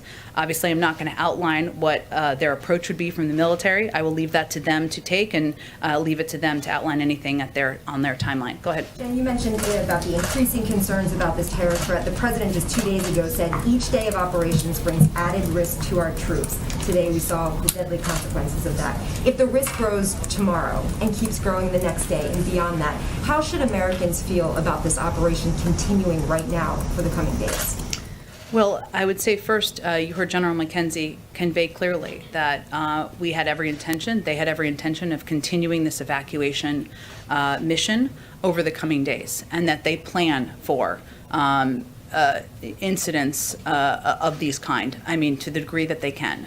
They have every intention to continue. The president has regular. Last time he tweeted was in 2020. Every day, multiple times a day on days like this, about how they see the circumstance on the ground. But that is our expectation at this point in time, that it will absolutely continue over the coming days. And can you give us some details about how the president spent his day? He was scheduled to get briefed in the 9 o'clock hour by his national security team, and that's when the first reports were coming in of this. walk us through what he did over those coming hours, just some color behind the scenes today. Sure. For people who are watching, color means additional details of what he was up to. I will say, Karen, that the initial reports of the attacks came in as members of his national security team were gathering in the Situation Room for a regular meeting with the president. So they were just gathering and sitting down. So those and gathering in the room, those initial reports came in at that time. As the president arrived in the Situation Room, one of the first updates he received, of course, was about the attacks on the ground in Kabul. This was a developing situation, as it has been through the course of the day and through the course of his briefing with his national security team this morning. His commanders on the ground also and in the region gave regular updates as they learned more information. Once he left the Situation Room, those updates proceeded through the course of the day. He's been in constant contact with his national security advisor, his Secretary of State, Secretary of Defense, and military commanders, both here and in the region throughout the course of the day, receiving updates on what's happening on the ground. Was there ever a second meeting of that entire national security team with the president in the sit room again? No, this was just regular ongoing contact with members of his national security team through the course of the day. Just to clarify, since you said you were with him, how was he? How was his mood? How was he in dealing with with the incoming information? How was he in asking the questions of military commanders, etc.? Well, I would say that anyone who's watched the president up close, which is most of you, knows that the putting the lives of servicemen and women at risk and those decisions that you have to make as commander-in-chief weigh heavily on him. And as I noted a few minutes ago, any day where you lose service members is maybe the worst day of your presidency. And hopefully there's not more, but we are certainly early in the presidency at this point in time. So I would say, he was somber. And as he said today, outraged at these terrorists taking the lives of service members. And he wanted to make clear to the public, he wanted to have all the information that he could before he spoke to the American people, so he could convey exactly what we knew at the point in time where he addressed the public.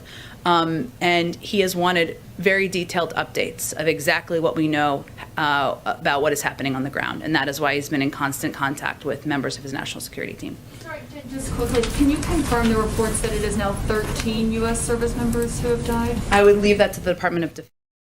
Not making fun of the military today, I see. Strange. No, you just missed it. I make fun of the military every day.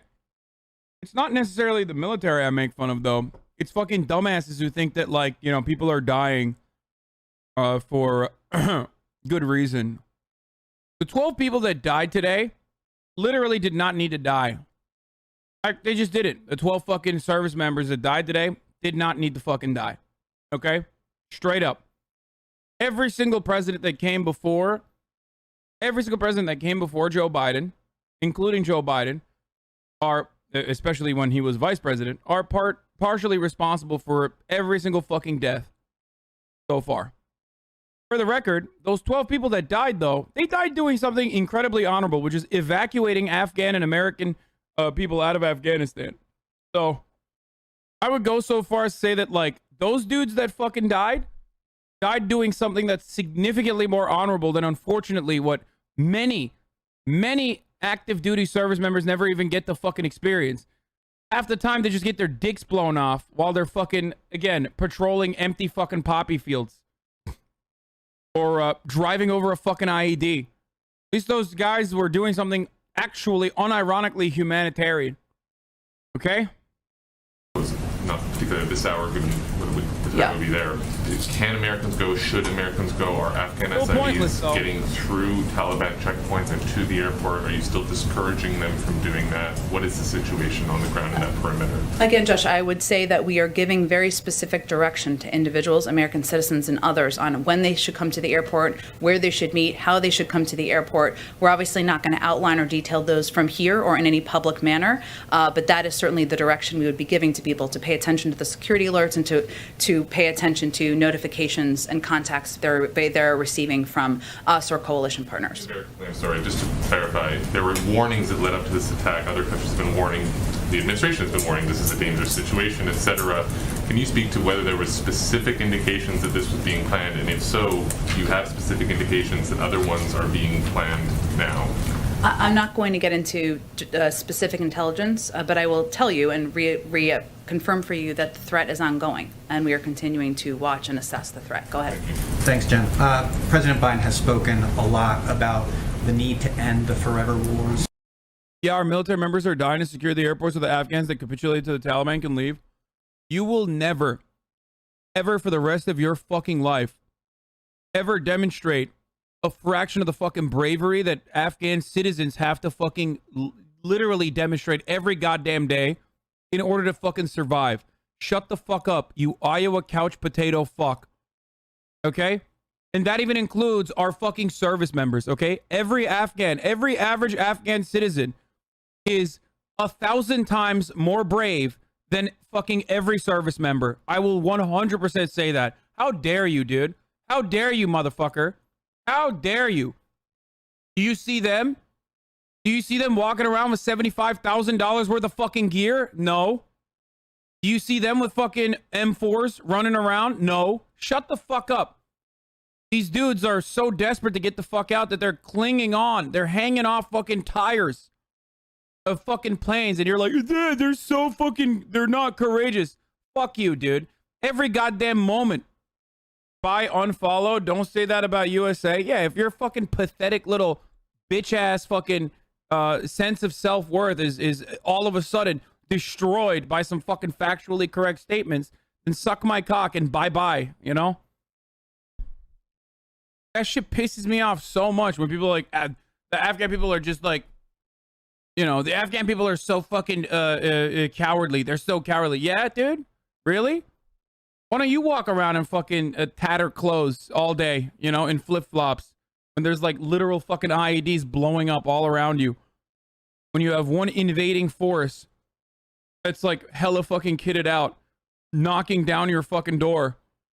When every time there is a clear sky, Afghan children, just like children in Yemen, have developed PTSD. Every time there's a fucking clear sky, they worry that bombs will rain on them by drone strikes. You mean to tell me those motherfuckers aren't brave, dude? That's a part of their everyday life. Shut the fuck up, you stupid bitch. I'm willing to bet there's a lot of fucking veterans in here who would agree with what I'm saying too, by the way. If they're brave, why don't they fight for their freedom, fucktard? Yeah, dude. You're right. Hey, if the American military is so brave, why are they fucking tucking their tail and running away then? That's like the same kind of energy right there. They're doing that because they can't fucking match the motherfucking Taliban, okay? They can't. They're insurgents. They're very good at fighting. That's why even Mick Booyah and other fucking Navy SEAL dipshits that have actually been there will even put some respect on the name of Taliban when they're having a conversation about them. Like, they literally fucking mention how insanely good they are at fighting. It's their fucking mountains. It's their cities, bro. For 20 years, we've been getting our fucking shit pushed in by goddamn goat herders using weapons that we gave them like 40 years ago. Okay? And you're gonna sit here and be like, oh my god, like, oh, they're cowards. These people are cowards.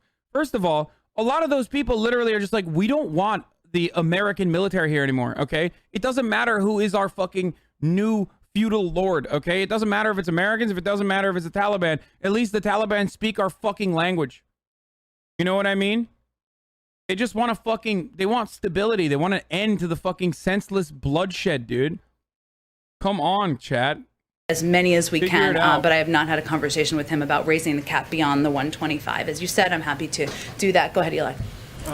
You know, given that Kabul has been the only departure point in the country, I wonder if the administration knows how many of the American citizens left, the green card holders, SIVs, that are in the country still are outside of Kabul, and if there have been or may be in the future efforts to go out and rescue people from those more far-flung places. Yes, on your latter question, I'm not going to get into more details and will continue to be. On your former question, the vast majority are within the Kabul vicinity. But as the State Department provided an update a little bit earlier today, but I know there's been a lot happening today, so let me just reiterate a couple of these numbers. Of the 1,500 that they briefed on yesterday, roughly 500 have been evacuated. And so we're talking about roughly an additional 1,000 that we believe remain in Afghanistan. The vast majority, over 2/3, informed us they were taking steps to leave, and we are in touch with. That is what we are working through and what we are focused on every single day. So just to be clear, you're saying that those missions, even if you have to be vague about it, they have taken place at times? I'm not confirming if they have or haven't. I'm just going to convey to you, I'll leave that to the Department of Defense. What I will tell you is that we are committed to getting American citizens home and out of Afghanistan should they want to leave. And that includes people around the country. Go ahead. Thanks, Jen. Earlier today, General McKenzie said that right now they are focused on other active the U.S. is currently facing from ISIS-K. Are there other groups that may be bad actors? I'm just not going to detail additional information about ongoing live threats. And do we know if the president still feels as though the chaos and the violence that we've seen there on the ground in Kabul was all unavoidable, even at this point? You mean from about 11 days ago? Yes.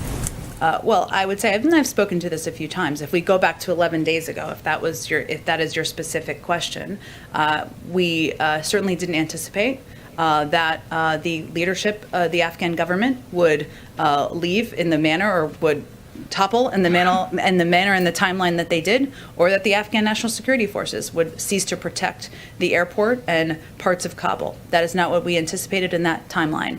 That is true. What I will say and reiterate again is that within 24 to 48 hours, we had secured the airport, and since then we've evacuated more than 104,000 people. Go ahead. How would you describe the relationship right now with the Taliban in light of the attack, and are they still helping out with security? What's their relationship right now? Again, this is not a friendship or a relationship where there is trust. It's based on trust, but we are continuing to coordinate to move American citizens, to move Afghan partners and our allies out. And the fact that we have evacuated 7,000 people in the last 12 or 13 hours now is evidence of that. Go ahead. Thanks, Jen. So 2 Republican senators so far have called on the president to resign over the attacks in Afghanistan today. What's the White House's response to that? I would say first, this is a day where U.S. service members, 12 of them, lost their lives at the hands of terrorists. It's not a day for politics, and we would expect that any American, whether they're elected or not, would stand with us in our commitment to going after and fighting and killing those terrorists wherever they live, and to honoring the memory of service members, and that's what this day is for. Go ahead. Hi. Thank you.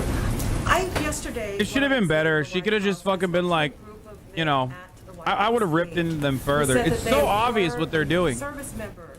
It's so transparent. Like, by the way, the whole, like, this is not a day for politics is bullshit. It is literally always a day for politics. It's all politics. But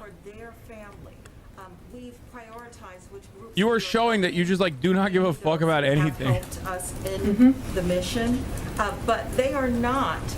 They're currently in military, but they are not people who fit the description or the criteria for getting assistance. However, in our interview, they told me that they are getting assistance. Can you speak to this prioritization and who really is eligible to get assistance going forward, considering what happened today? I know you've already spoken to it, but can you drill down a little bit to make sure people know who we are allowing into the country at this point? I'm not sure that I totally understand your question, but let me do my best. American citizens, which I assume these U.S. service members are. Members and they wanted to get attention so that other people in their situation could get their family members in. And they didn't seem to fit the criteria, so I'm just asking you to clarify. Are you concerned that we're helping the family members of people who have fought by our side for 20 years, helping them come to the country once they've been through a thorough vetting process, or what's the root of your question? The root of my question is consistent information for those who need help. So I've been doing some reporting around people getting correct information about the process. So I want to be able to say in my reporting, if you meet these qualifications, you are the folks who can come into the country. And I think a lot of people want to know that information. Does I that think make we've been sense? very clear, Mona, that U.S. citizens, their family members, some of those are dual nationals. Many of them who are left are dual nationals. Some of them may have lived their whole lives in Afghanistan. Immediate family members, that means spouses and children. It also means SIV applicants and others who might be eligible for a range of the programs we have, and vulnerable populations. That does have a broad range of meanings because there are a lot of people who are vulnerable in Afghanistan, and we're going to work to get as many of those people out as we can. There's a range of programs. If individuals have questions, information is available on the State Department website and the Department of Defense website. Go ahead. Thank you. Over 65 Democrats in Congress. I think White House reporters should have to live in the same house, reality show style. I love that. Like, I actually, think that's I a good just idea. answered this question. At least it'd be fucking content, dude, because these guys suck ass. They're terrible at their fucking jobs. That ISIS-K would be planning attacks on U.S. personnel for quite some time, and that was in part why he was Except for trying the to get CNN everyone girl, who's evacuated like by pretty August good. 31st. But if that was the case, then why did the administration make the And also decision any in and July all White to House not do more about that earlier? press pool reporters that I may be friends with in the future. Well, first I would say that we have, over the course of the last 11 days, evacuated more than 100,000 people. And that is a credit to the U.S. military and the men and women who are serving, who have been able to conduct and oversee this operation and done it at great risk. This isn't real, and that was an dude. operation that began, Oh my God. again, just 2 weeks ago. Before that time, we'd also evacuated a number of people. I Wait. can't speak to what the difference. Is Jen Psaki a woman lit? Is she a woman lit, dude? How old is she? What the fuck? Oh my God. Having said that, there's been a remarkable level of cooperation. I mean, something no one would ever possibly have imagined, whatever, you know. Yeah, even a get month mad ago. at me for saying woman lit, but none of you and bat a that's the president's fucking saying. It's eye actually when I say ongoing man now, lit. despite Sexism the is alive and incident well, that, you know, boys. kind of helping, For the men, kind of that deal is. with this. Given that, after the 31st, is it actually conceivable that there could be some kind of longer term relationship on the mutual interests that the president talks about? Security, We do not want to humanitarian hear aid, from the and, British on this you know, whether issue. you call it recognition or not, you're basically working alongside the Taliban authorities in Afghanistan long term. Well, I would say first that we will continue to work to get people out of Afghanistan even after the 31st, and we will need to coordinate with the Taliban in order to do that. I'm not going to label. If I was in charge of the press pool, I would I would simply discontinue the British from asking questions. Leverage in order to implement that commitment. On other issues, beyond the evacuations, let's say that gets done, you know, hopefully it is done. But there's going to be all sorts of other things. There's going to be the security, the terrorism. The moment that you blow a 13 colony lead, it's over. Like, there is no more feedback necessary. Like, we don't want to hear from you, okay? Continuing to deliver humanitarian assistance to the people of Afghanistan. There are a range of international partners who are committed to doing the same thing. You can The be United there. Nations also will continue to have a presence on the ground, which will be a mechanism for delivering a great deal of that assistance.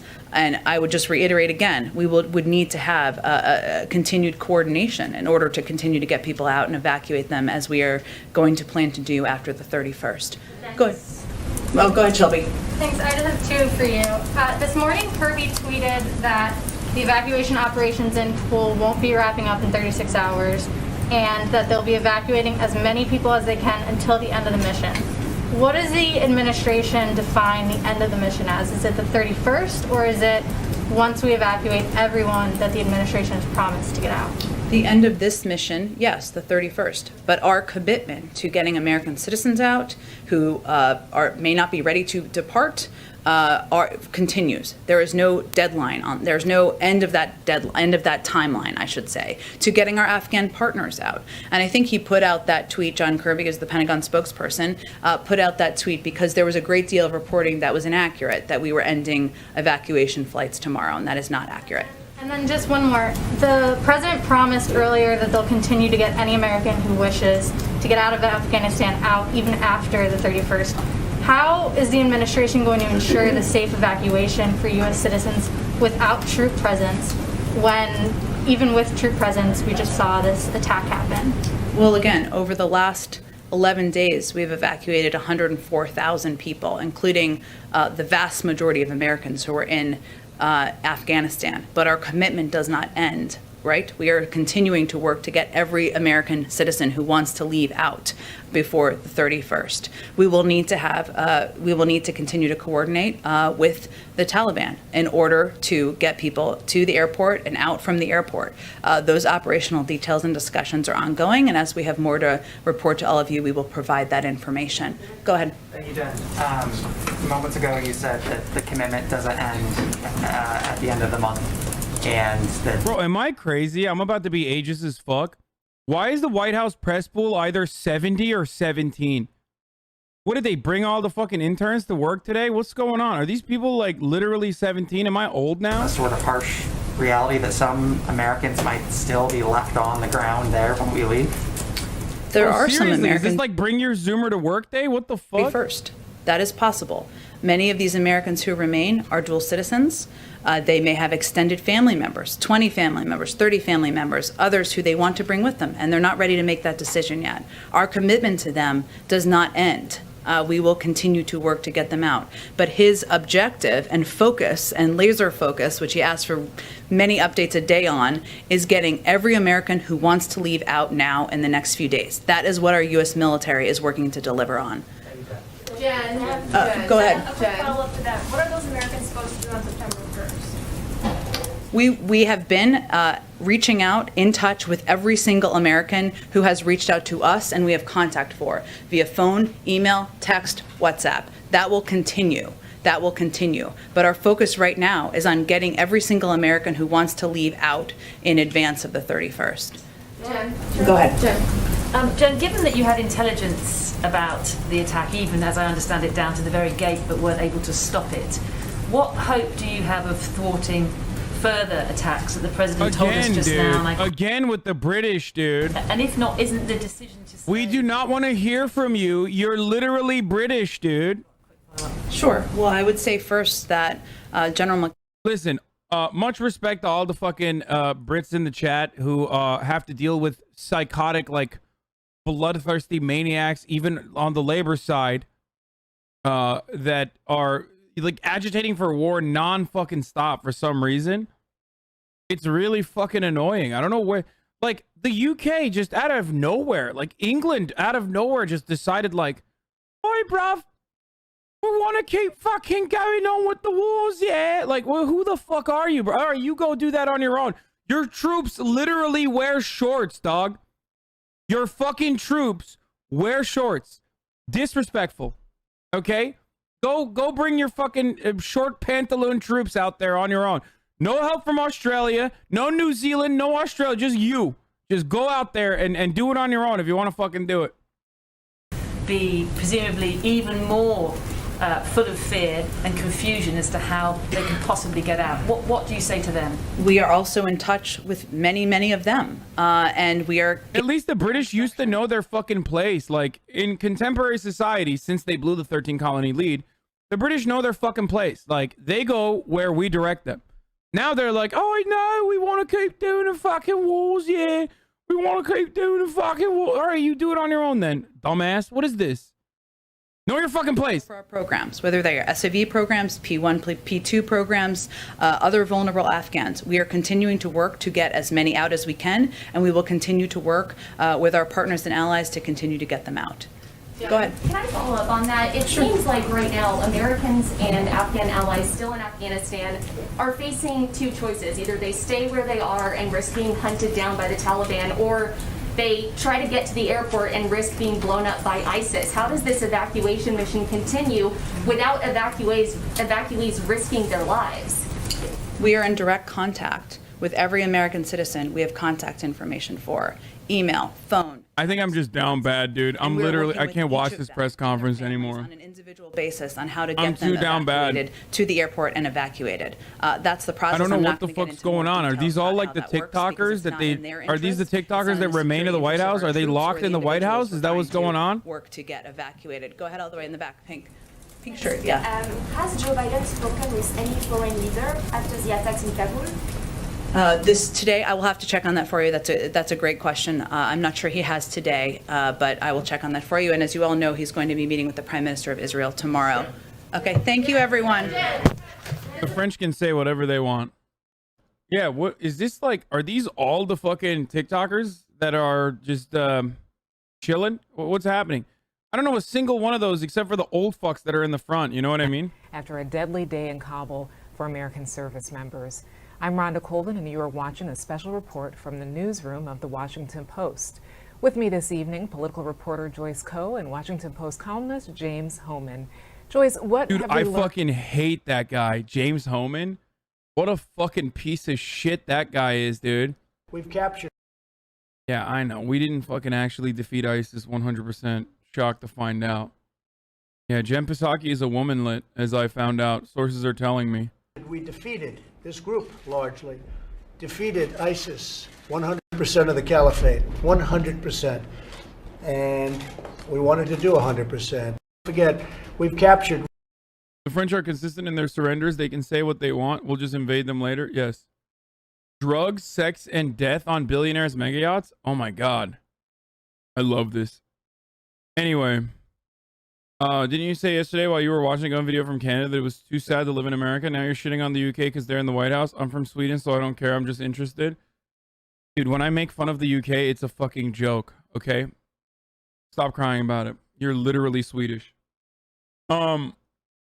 Anyway, here's a palate cleanser. There was a lot of stuff that I wanted to...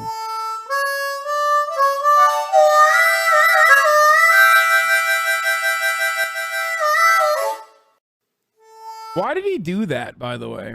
Like, it was kind of weird. It was weird when he did that. Did he short circuit? Did he take a power nap? Is that what happened?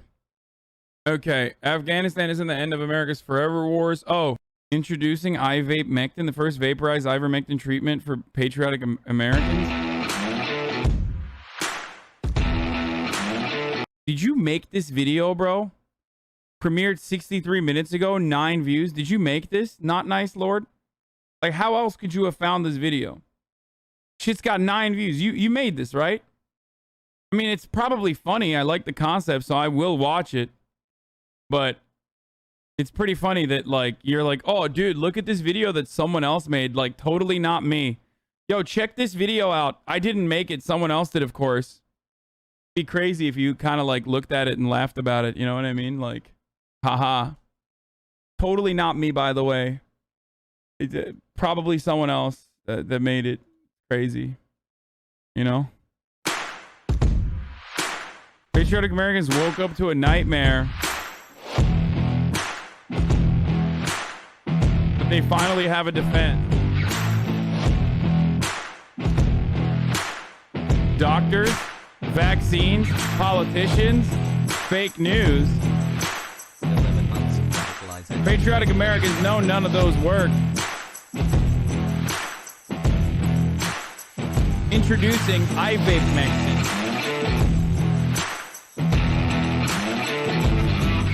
Vaporized ivermectin. 1 freedom puff a day is all it takes. Gallop free from sea to shining sea.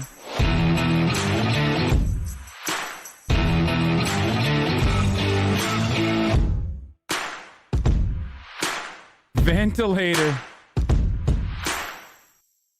On sale at ivapemectin.com. Okay, that's pretty funny. This was pretty good. I love the alfalfa one for all the hogs, the cows. Cotton candy. Bourbon barrel, domestic abuse. Mint julep for, you know, racism. And alfalfa when you're a cow. So Latin means smooth brain hogs. Okay, whoever made this is 100% a chatter. I will... love you guys later. I refuse to believe that this is not the fucking chatter, okay? And ventilator. Yeah, I saw.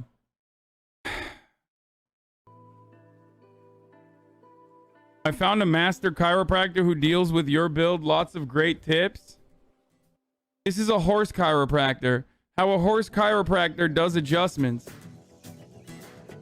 My name is Dr. Jordan Whitley. I'm a You fucking asshole. You're the fucking dick, okay? Horses are regal. They're wonderful. They're beautiful. Fuck you, okay? So I don't even have a problem with, like, being called a horse. I am a fucking horse. I'm a stallion, baby.